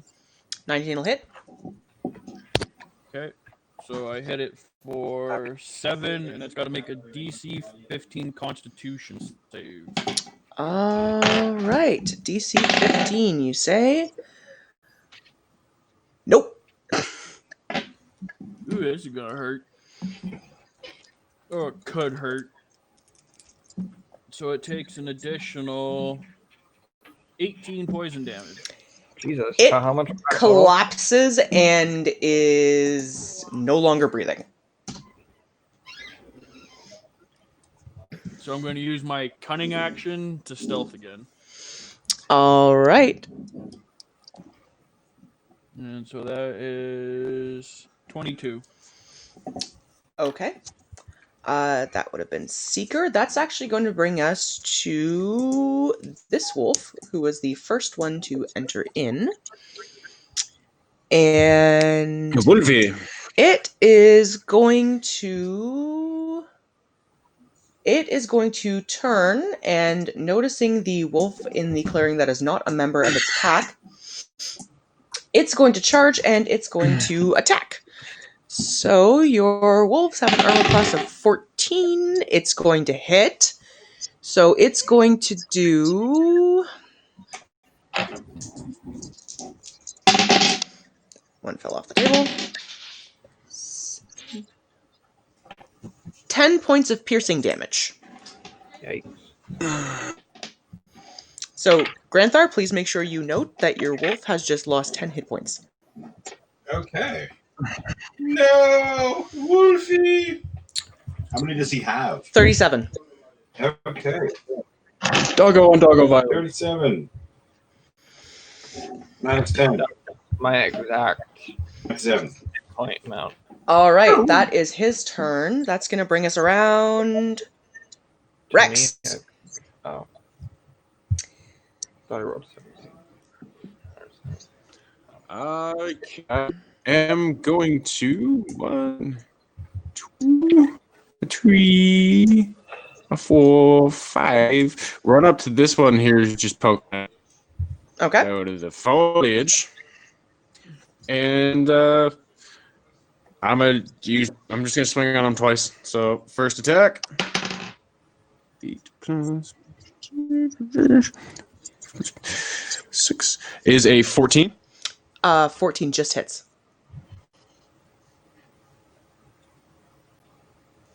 Okay. And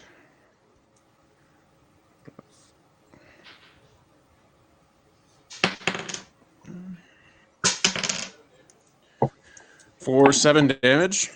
Okay. And the second one is an 15. That'll hit. Fuck off. For 8 damage. Very nice. All right. You now have a somewhat bleeding, chopped open wolf who is snarling at you. That's going to bring us in the initiative order to Ilmir. I'm just gonna snarl back. Alrighty. There am are gonna charge currently. at this guy. Oh. You're gonna charge at him. Okay. No, not charge. I'm gonna run at him. All right. You should have enough movement speed to get there, I would think. And what are you doing? I'm going to use my staff I'm of pretty thunder sure he's and lightning. fast. Okay. So that's 21. 21 to hit. All right. And what are you casting specifically out of it? I think he's using the BD stick. I'm going to cast thunder and lightning. You can use an action to use lightning, strike, and thunderclap properties at the same time. Doing so doesn't expand the daily use of the properties, only once. Only the use of this one. Okay. So yeah, I'm going to cast the thunder and lightning clap at the same time. Wait. Okay, so it needs to make a constitution save. And you need to roll me 2d6 lightning damage. 2d6? Yes. Okay, and also under here it says 1d8 plus 2 bludgeoning, and then 1d6 plus 2 bludgeoning. That's if you're using it as a melee attack. Okay. Alright, got my 2d6. That is 11. Well, thunder usually does bludgeoning damage. Alright, so it does 11 points of damage, and that wolf is now considered stunned for its next round. Alright, that's my action, my bonus action.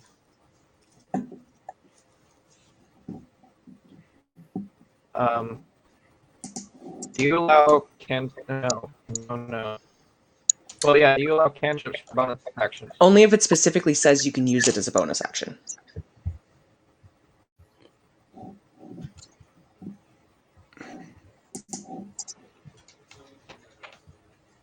Well, Some of them do have that stated, but all of my cantrips are actions. Jesus Christ.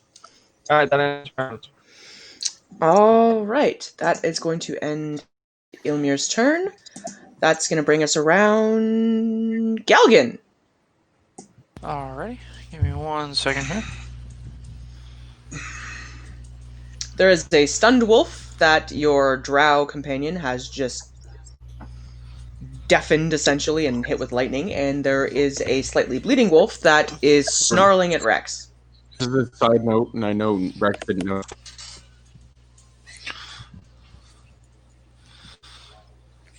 Okay. It's 5 overall, right? Like, I know Rex didn't hear it. I didn't get the perception check to hear that many, but you said 5 overall, right? Yep. Yeah, there's only 2 that Okay. right now. Because I've only seen 3 show up on the screen. Mm-hmm.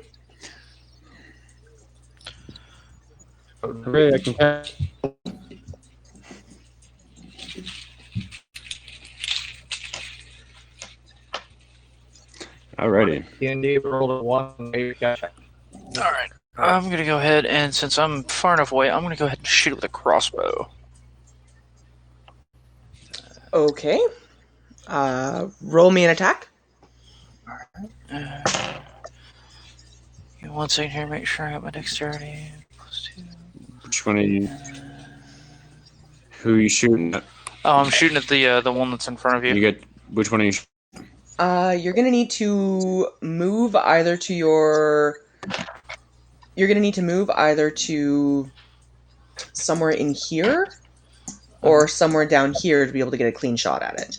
Here, I'm going to stay back a little bit and move my guy right here. Yeah, 'cause from there you'll be able to get a shot on where you were. You would have hit Rex. Gotcha. +2, and then proficiency bonus. So, +2. I don't have D&D up right now. I got proficiency somewhere around here. Where'd it go? Ilmir, can you hit reconnect? You're a little robotic. Yeah. Where's my damn perception? Okay, so basically it's dexterity. +2. Okay. Okay, I got an 11, and then I'm going to do a d6 for damage. The 11 misses. Damn. Yeah, Your bolt goes wide. The 11, if it hit. Okay, well, there with that. Is there anything you're doing as a bonus action?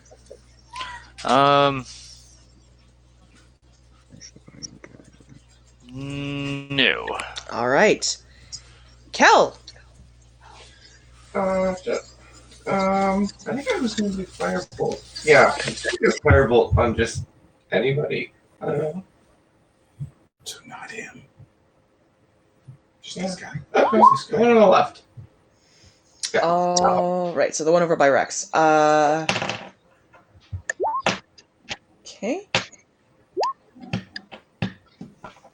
Okay. 22 to hit. That'll hit. Yeah. With 13 damage. All right, give me just a second here.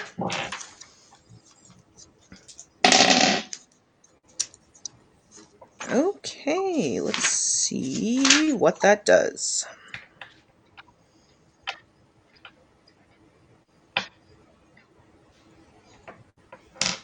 Ooh, okay.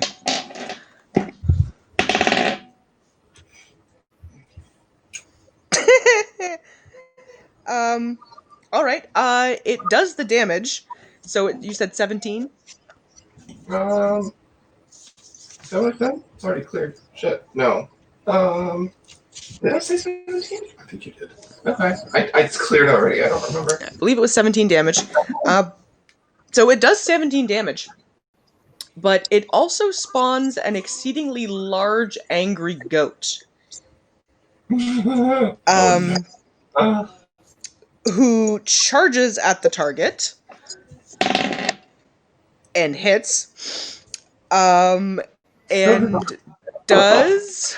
How much damage does... Angry. That's become fucking D&D Ghost Rider. Okay, I'm back. 4 points of damage. We can hear you. Before disappearing. And yes, Ilver, I can hear you again. Thank you. Okay. Go Sorry fucking about go. the 3 messages in the chat. Just disregard those. All right. So, is there anything you're doing as a bonus action, Cal? No, I think I'm good for now. What did I miss? Randomly, a large angry goat spawned, charged at the wolf, and then vanished. What wolf? The one over here by Rex.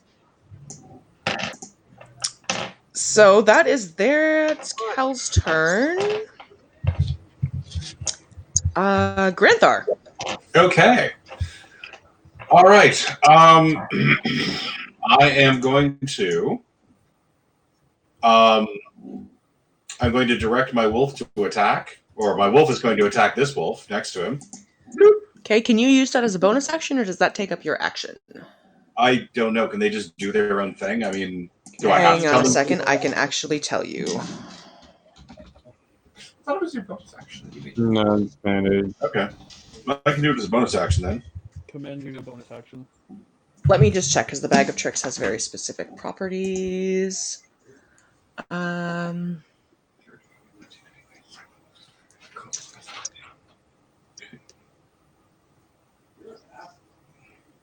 Park in front of me again.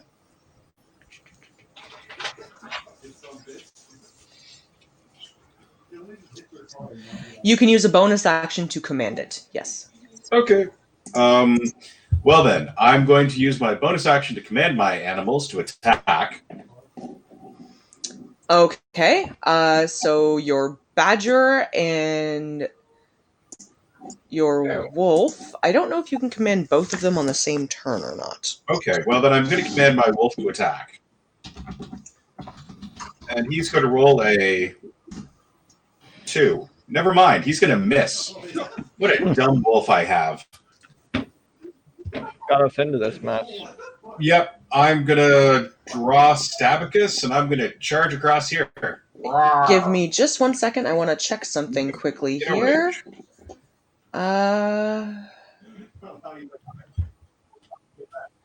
Your wolf has advantage because the wolf it's attacking is stunned. Oh, okay. Never mind. Then he's going to roll again, and this time he's going to roll a 14 plus whatever his bonus is. That'll hit. Okay. And he does how much damage?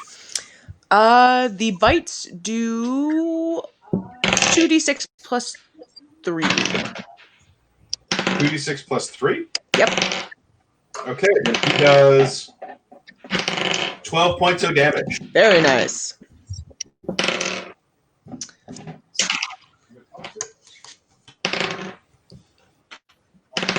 All right. So that is your bonus action for your action. Okay. And then now I'm going to charge across, and I'm going to. And I'm going to attack with, well, in a rage, I'm going to attack with Status twice. Hacha. Whoops, that was the wrong thing.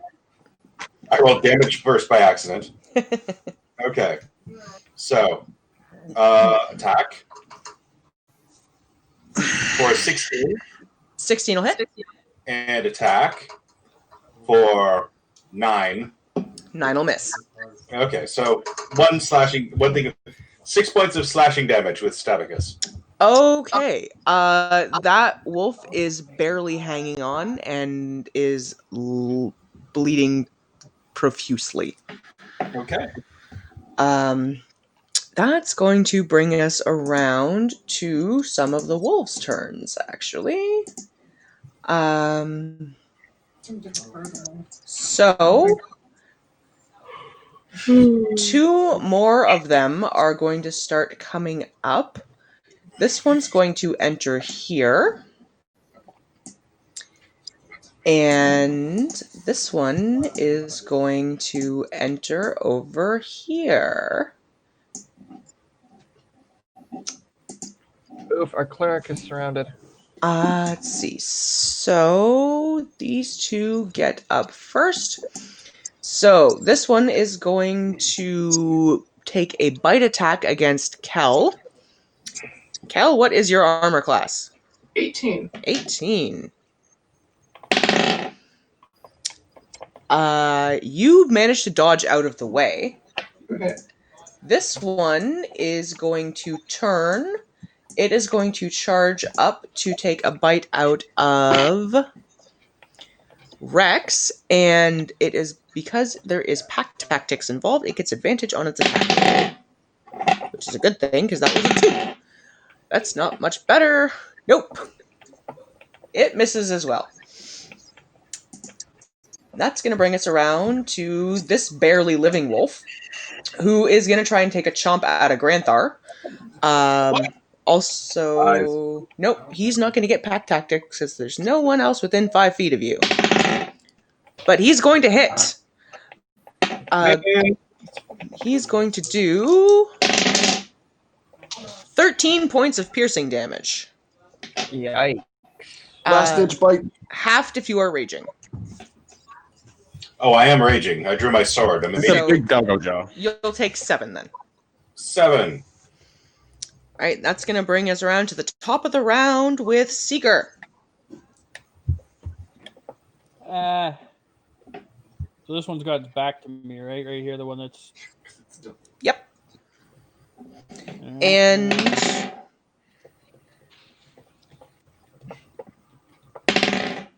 has not noticed you. Sweet. I'm gonna sneak up behind him and stab him in the back twice.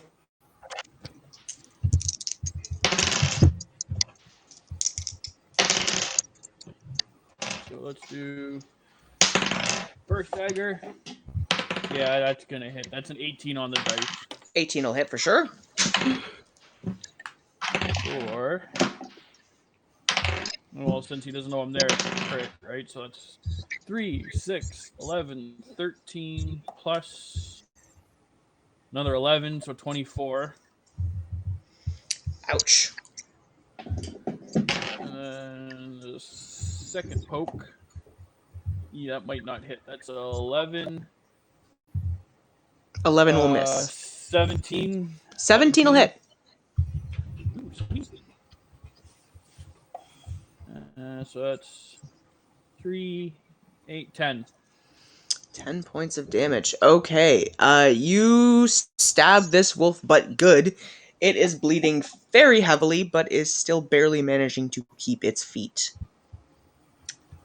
Right. That's actually going to bring us around to this wolf, who at the end of his turn is going to shake off the stun, but it takes up his turn to do so, so he doesn't get to do anything this round. I have a question. Yep. For Hellish Rebuke, it says that I point my finger at a creature that damaged me. Does it have to be a creature that damaged me? Yes. I haven't taken damage. Yes, Okay, it is so I can't specifically a reaction spell. Yes. Okay. You only get to do it once. I All love right. that. So that would have been our Vulvez. That's going to bring us around to Rex. You have two wolves that are currently bearing down on you. One that is very, very injured, and one that has just popped out of the woods at you. I'm going to take my first swing on the very, very injured one and just finish him off. Okay. Yeah, that hits. That's a total one. Yeah, that'll definitely hit. And yeah, for 13 damage. He's a very dead wolf.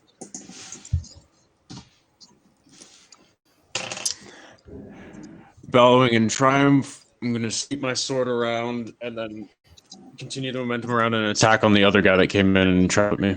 Okay, roll me an attack. Attack number 2. That is a 17. 17 will hit.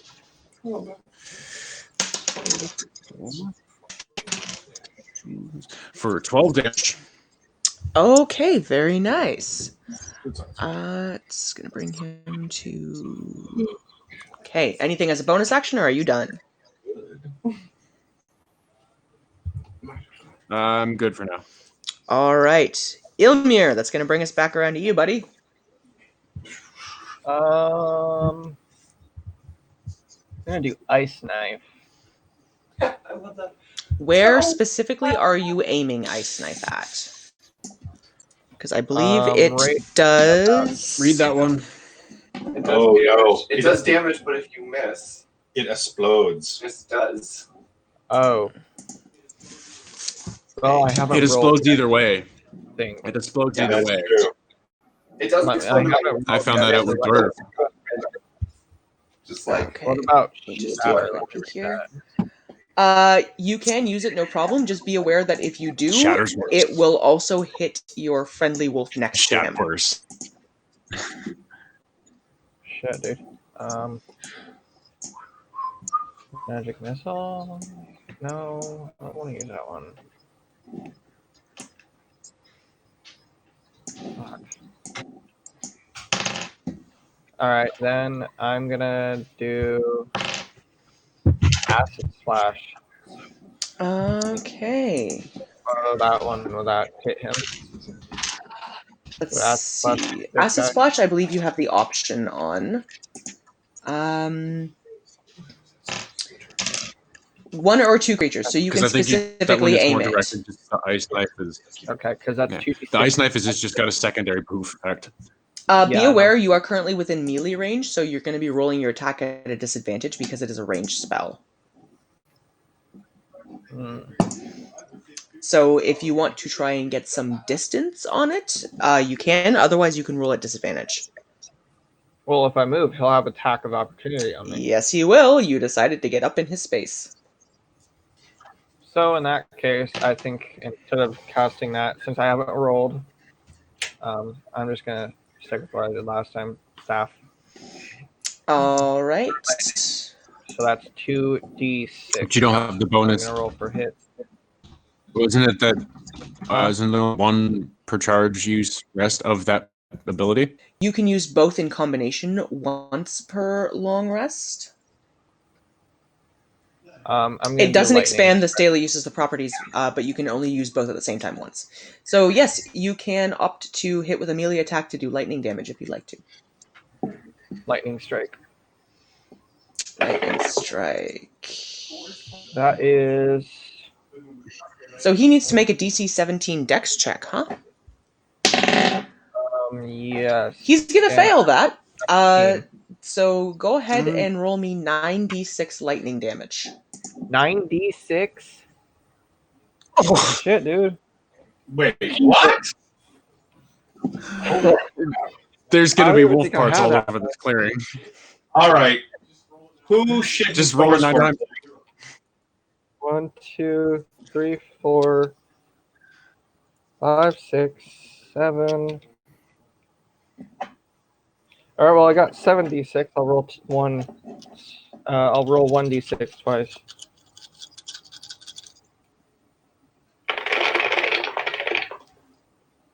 All right. That's 5, 10. No, twice.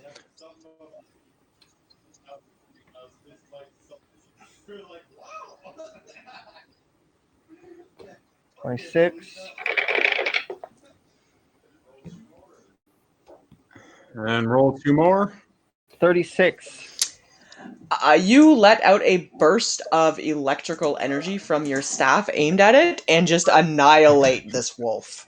Jesus Christ. I mean, there's bits of wolf pelt and guts going everywhere. Jesus Christ.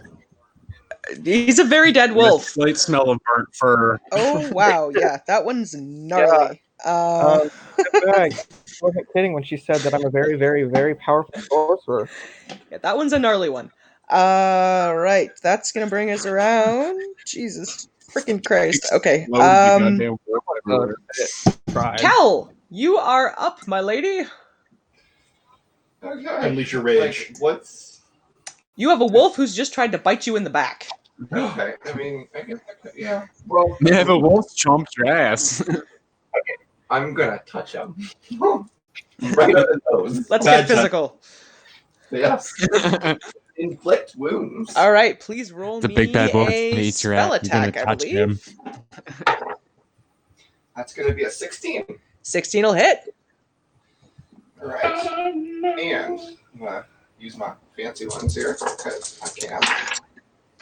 And does it do anything else? That is a question. I'm gonna do 16 damage.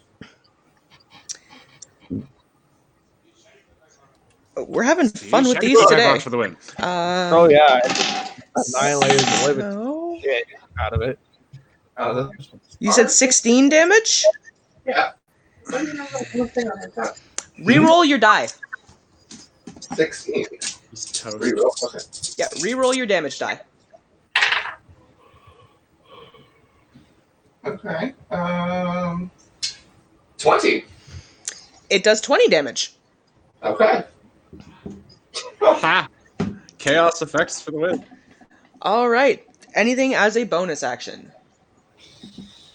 No, I think I'm pretty good so far. I mean, nobody's really hurting yet. So far, so good. That's going to bring us to Granthar. Okay. All right. All right. We are going to... he moved. That's my wolf there. Okay. As bonus action, I'm going to command the wolf... Or no, I'm going to command... Wait, shouldn't the wolf be acting on my last command? If you do not give it a specific command, I believe it just... Let's see what it does. All right. Well, I'm going to tell the badger to attack the dire wolf that's attacking our cleric. Have it bite its ass. Hmm? Have it bite its ass. Yes. Bite it in the balls. I'm going to bite his nutsack. Badger, give him back. All right. In Am I absence going to- of a command, the wolf will just do whatever it's going to do based on its nature. Apparently So your badger is going to try and bite the wolf in the ass. Please have it roll an attack roll. All right. It rolled a 3. Apparently, it didn't give enough of a fuck. Standing there. Nope, it does Oh, not no. hit. Okay. Well then, I am going to try to show the stupid things how it's done. Yeah. //. So I'm going to roll a 17, and oh come on! Apparently an 8 for my follow-up strike. The 17 will hit. Okay. Jeez Louise. All right. Oh, plus my ancestral thing. I keep forgetting about that. Yeah, my ancestors appear and start hindering attacking wolfy things. How Remember? much damage have you done? All right, I will roll damage, and then I did 10 points of damage with Stabicus. Your ancestors don't get a chance because that wolf is dead. Right. All right. Yay, we Yay! They're dead. I completely annihilated a wolf. All right, so that's Yeah, going to bring you us kinda to crushed the by the current bastard. last wolf standing. Oh. Who is going to repeat his attack the last round and going to try and take a chomp out of Kel. And is going to fail miserably, miss, bite down, and get his jaw stuck on a root in the ground. So he is currently considered grappled or restrained because he's just freaking stuck. So you guys are going to get advantage on your attacks on him until his next turn because he can't get out of this. Okay, so that means I'm going next? Nope, Seeker's up next. Okay. Oh, Galgan, did we skip I'm you? gonna get I think I got skipped somewhere in Yes, there. but Galgan, it's please go ahead. okay. Since I'm Hang close on, enough, I'm just still gonna can't whap hear it with him, my so I gotta fucking reconnect shillelagh. Give it a nice good thump. Let's see here. All right, you're going to have to take a 5-foot step forward if you want to do that. You have to get within melee darn it. range. Yeah, that's right. I have to be within. Okay, so I'm gonna run up on it, and let me find my shillelagh here. Make sure I got the right check. Okay.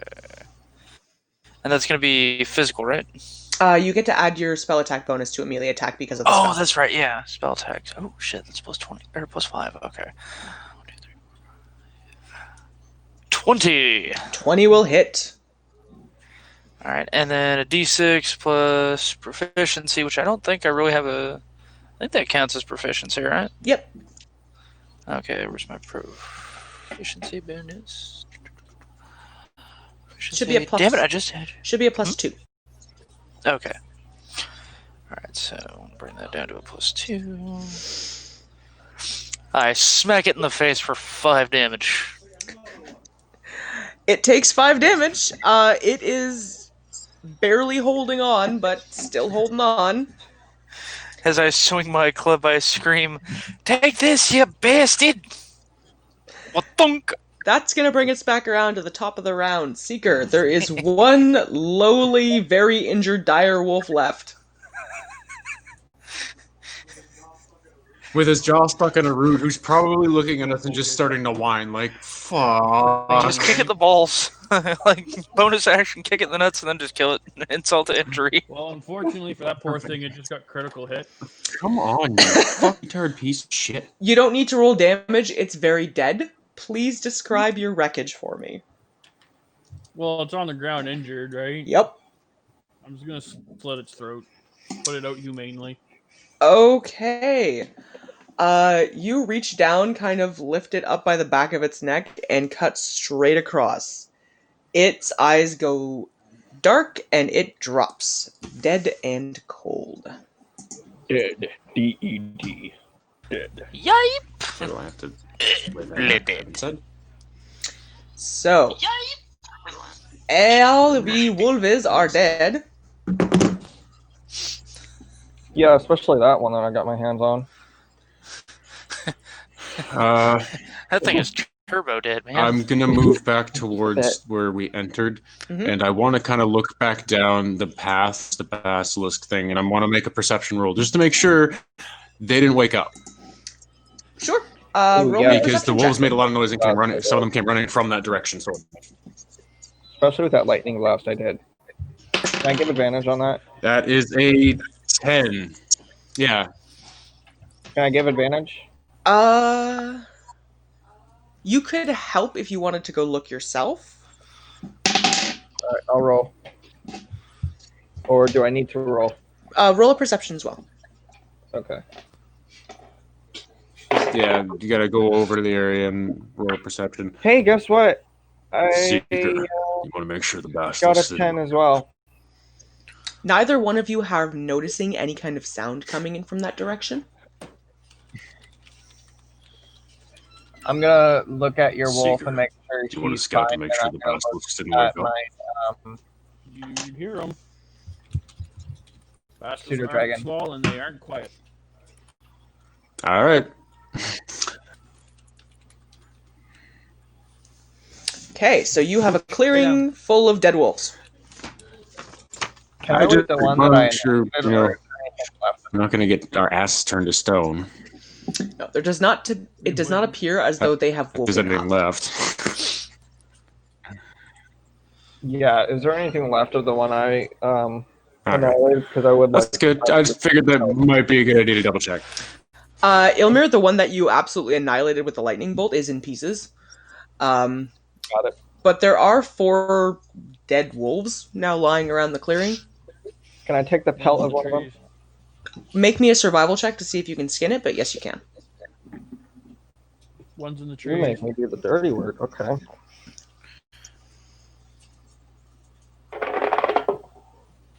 Okay, this dice is done. That was a 5. You can't figure out how to get the pelt off this thing. Oh wait, survival +3, so 8. Still not enough. Damn. Is anybody else trying to 8. skin wolves? Nah, I'm good. I'm okay. Have a little talk with my animals here. Guys, come on. What was that? You gotta just talk to them. I'm sure they'll understand you. Well, they did. I'm gonna open the cage. I'm gonna go over to one of the wolf corpses, open the cage, and let the abyssal chicken kind of pick at it. Okay, your abyssal chicken has a field day ripping into this thing, and Okay, baby, hold on. it goes at it with a vengeance. It's a pretty content, angry demon chicken. Alright, at this point, it is starting to push around 8 or 9 o'clock at night. Did you guys want to try and push forward, or do you guys want to camp for the night and pick up in the morning? I feel like we should camp right where we are. That's the plan. I'm gonna park myself right at the foot of this path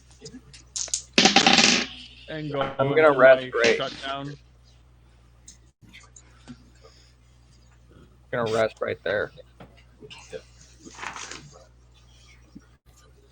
Yep, I'm gonna sit tuck in this corner where I have eyes on both entrances to the clearing, and kind of bed down. Okay. Also, behind me, is that flavor, or is that an actual patch of things, like a patch of flowers or something? Just some kind of wild flowers. Is that just artistic detail, or is that an actual patch of something? It's wildflowers or plants. Okay, I just was wondering if it's just because you have dispersed things out. You've dispersed things about for like as alchemical ingredients, so I was wondering if I should call attention to it, but. You don't really know a whole lot about them. From what you can tell, they're pretty.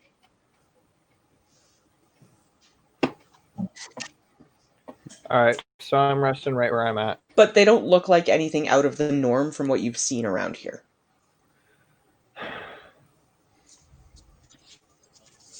Yeah, okay, and nothing that I would have recognized as a potential herb that's been used. I don't know a whole hell of a lot, but I would have seen common things like the silver foil and stuff like that. These look like these sort of little wildflowers that you've encountered all the way along through here.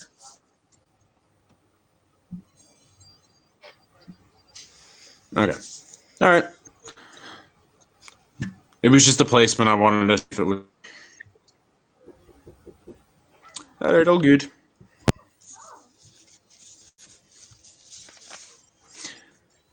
All right, so camping. All right, so everyone is bedding down for the evening. Can you hear me? Yep.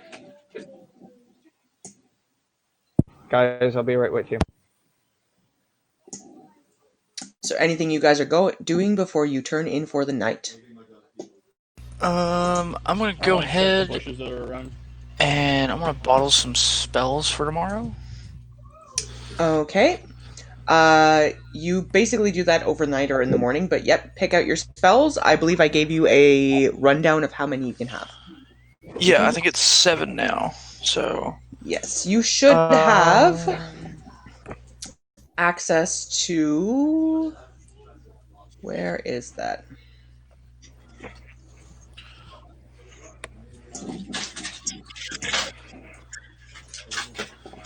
I had it somewhere, but I misplaced it. I can pull up your stats for you right quick here and let you know, because I think you have access to more than just level 1 spells now. Thank you, darling. Yes, you can bottle 4 first level spells and 3 second level spells.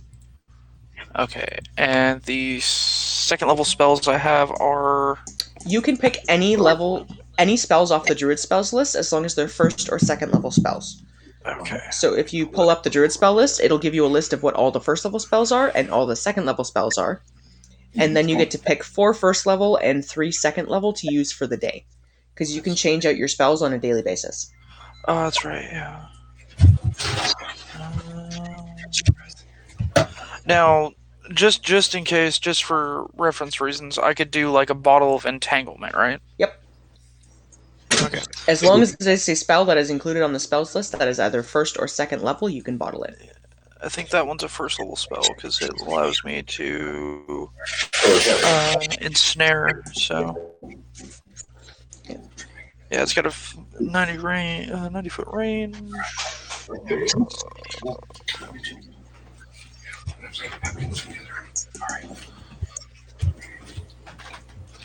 I'll do that one.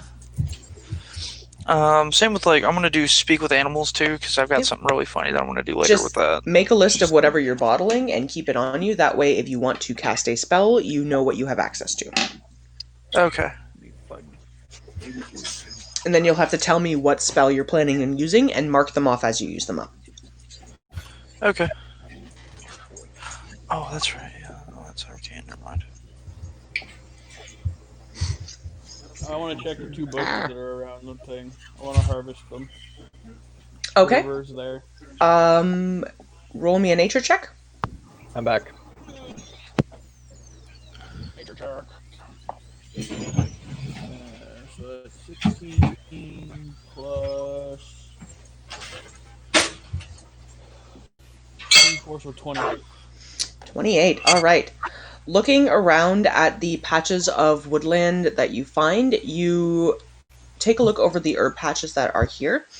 You don't find anything particularly alchemical about them, but they are edible.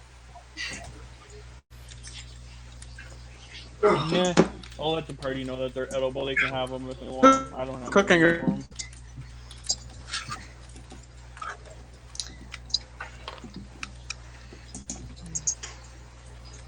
So there are a couple of patches of edible plants in the vicinity, but there's nothing magical property-wise about them.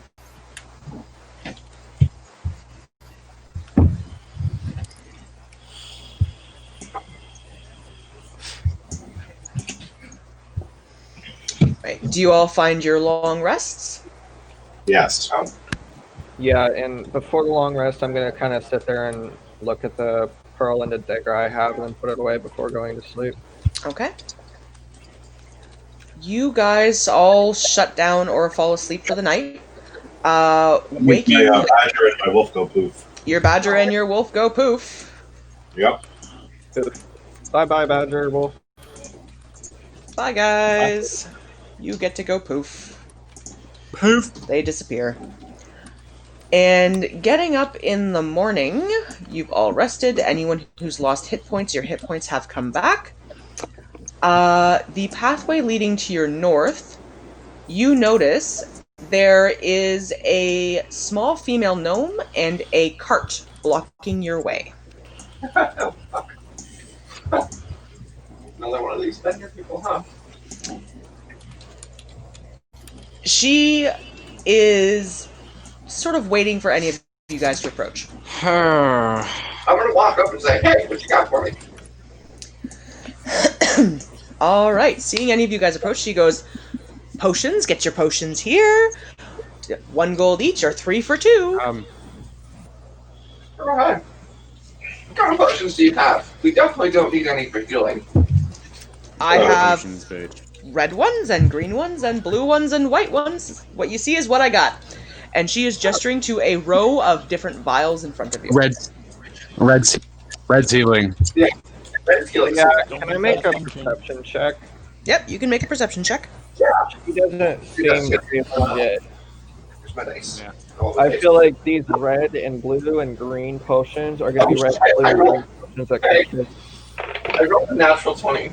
On perception? That's 25. Okay. I just rolled 19 and got. Yeah, just 19. So you guys are insight checking or perception checking? What are you doing? I did perception. What are you looking to find out?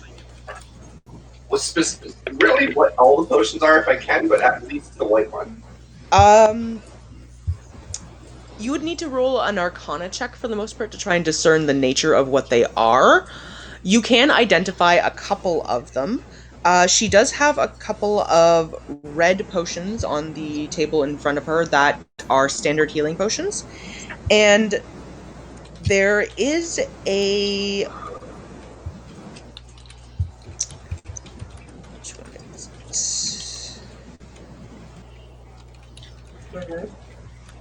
There is a potion that you identified that has sort of a bit of a whitish look to it. But the more you observe it, the more you realize that it's more like a cloudy green color, and you've come across these before because you've had to treat people who have had issues with it. This is a water-breathing potion. Oh.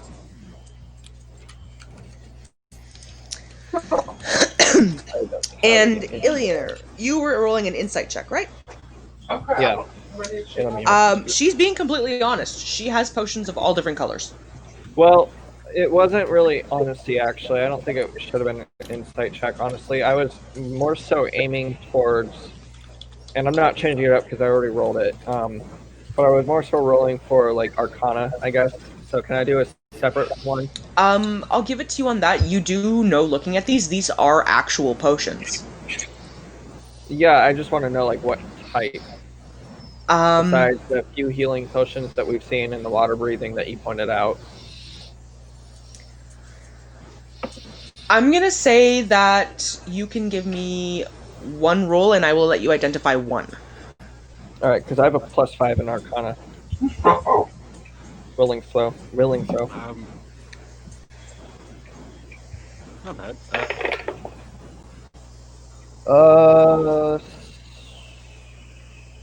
17. 17. Okay. You recognize one potion in particular. It has brown, silver, and gray layers, and you know that this is a potion of climbing. Okay, I want that potion. All right. She looks at you and she says, 1 gold each, or 2 for 3 gold, I think she said. How many of these do you have? She has 1 of each. Okay, I'm gonna take the climbing potion. Okay, you give her a I gold. give her She one gives gold. you the potion of climbing without any kind of an issue about it. You kind of get the sense that she has no idea what she's actually selling. That was the white. Yeah, that. Oh shit! I added it. Wait, two. Bless you, Jesus. What was the white one? That was the potion of climbing was the white one. No, the potion of You're climbing fine, you was don't separated have into to. layers. The reds were the healing, the blue was water breathing, and the white. The one that you had initially thought was white Oh. was actually more of a cloudy green fluid that allows you to breathe water. Hey guys. You know. Oh, okay. So then there's a blue one. That's the blue one's the only one that hasn't been identified yet. There are a lot of them that haven't been identified yet. Can we take a quick break, or I'll just be right back? Okay, well, you said there was red, there was blue, and then Sales pitch. And She's the weird describing green she has color. multicolored potions. There's a bunch. I'll be right back. I need to get some water. Shit. okay, but when we asked more about the potions, you still just went on those ones. That's why I'm asking. She does have a blue one. She also has 2 that have beads of red liquid. She has 1 that the bottle looks empty. And she has one that is rose-hued, and she has one that is sickly green in color.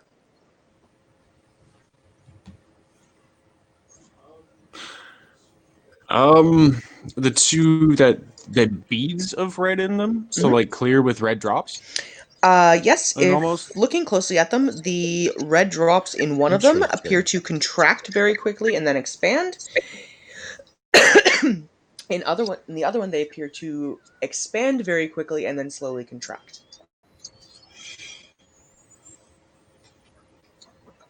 Okay, so that's a match. That seems like a match set.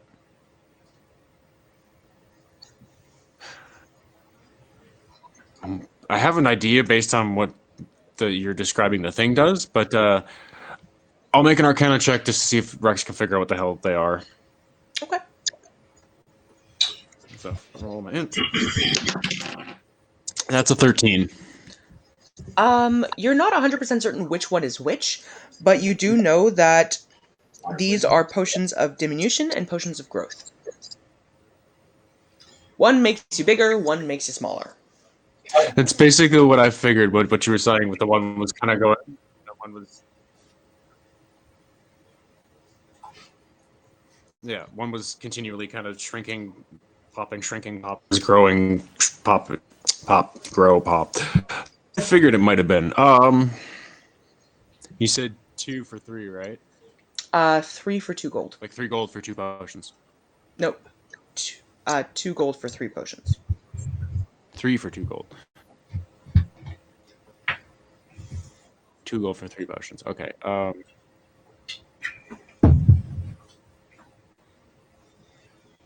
And then the rose-colored one. Sorry, you guys caught me at the same time there. Kel has expressed it. Yeah, I think she did. Water breathing, but never mind. Jesus. Kel would like the water breathing potion. Yes. Thank you. Okay. Yep. You can buy that off the little potions gnome for 1 gold. Is there only one? Yep. Okay.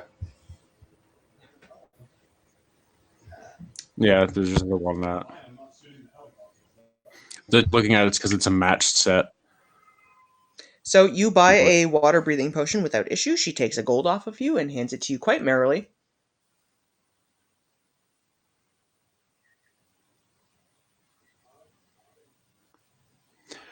I'm not actually going to buy. I was just kind of curious. Okay.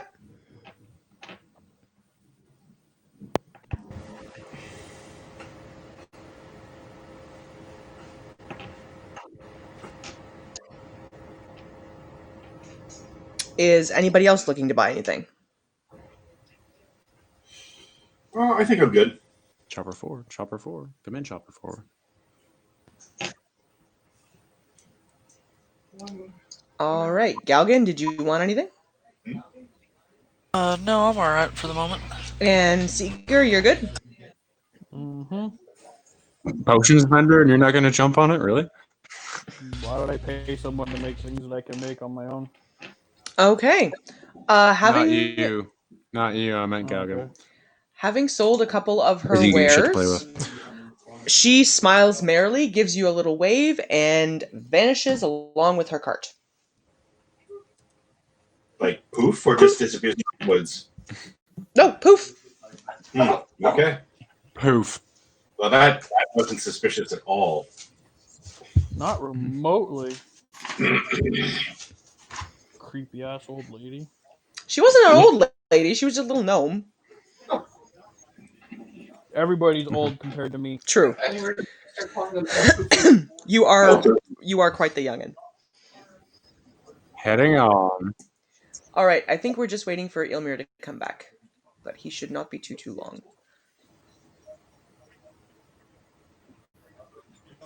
He's probably getting water. Do you have to walk to the lake to get it? Yeah. All right. Just gonna open this up a wee bit here. I'm back. What did I miss? All right. So a couple of your party members bought a few potions from the little gnome. After making a couple of sales, she waved merrily and vanished in a puff of smoke. Ooh, that's not sketch at all. Sorry for taking so long. I was getting some water and spending time with my niece and sister. All right. So, you guys are well rested. You've bought a couple of potions for a ridiculous discount and are now able to continue on your merry way. Yep, that we are. Would you be able to move my dragon with us? I juices. Thanks for should joining. be able to, yes. All If you right. can, no. There we go. We're just going to move our little pseudo-dragon along. All right, Seeker. You got to catch up too, bud. Nope. Trying to, but map. There we go. Oh, my lord. Here we go. Ooh. Is that what I think it is? Over to the left. That's a cliffside. That's I knew it. Do I hear anything? Standard woodland sounds, water. All right. That's pretty. I'm gonna continue scouting the path. All right. You scout ahead for quite a ways. You come up to a break in the pathway that shows a clearing off to the left that butts right up against the cliffside. And the pathway continues along to the northeast, sort of looping around and heading further into the valley. Galgan and Granthar, would both of you please make me another history check? Okay. Oh, come on! Worst my cock rocks ever today. I got a 5. I only lived here most of my life. I'll let you roll it with one advantage second. because you have lived here most of your life. And that goes off of wisdom, correct? Yeah. Or intel. No, I rolled a 6. Apparently, I've never been to this part of the valley, or I'm a giant derpwad today. Galgan. Barbarian. I have no memory of this place. I'm trying to remember off the top of my head here. You have a +2 Oh, to here your it is, history +2. check. Okay, so D20 +2. Details on. Okay, apparently Galgan was extremely stoned when he came through here because Good grief. I got a 3. Roll it with advantage because you did also spend a lot of time here. Okay, advantage would bring up 2. Roll it again and take the higher number. 7.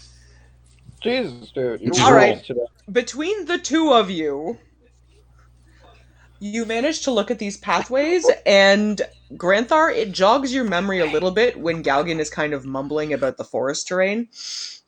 You know that if you take the pathway towards the clearing to the north, it's going to lead you directly towards the dragon spine. The pathway that curves off to the right will lead around to where you vaguely remember there being some old temple ruins. Okay, we're going to go to the road. That's we're going. What? I forgot him one away. Did I eat your burger by mistake? No, yours had an egg on it. No, it's cold. No, mine was warm. It's fine. I gotta go soon. All right. How long you got left here? Hang on. I think there was just an announcement. I'm waiting to see how long Ilmer's got left before he has to go. About 15 to 30 minutes. I didn't know if you heard him. Okay. Sorry. Do you guys want to cut here for the night, considering we're going to be losing a party member? Sure, we can. Sure. We can relax here next to the foothills. Sounds good to me. We will call it for the night then. We'll chat along in our Facebook group to see when we want to be able to meet back up to have another game. But hopefully everyone had a reasonably good time with it, and when we pick back yeah, up I loved it. on the next game, you guys are going to be off to explore a ruined temple. Sweet. Yeah. Okay. Sorry for cutting it short, guys. All right. So I'm going to thank all of our viewers who were out to watch us play.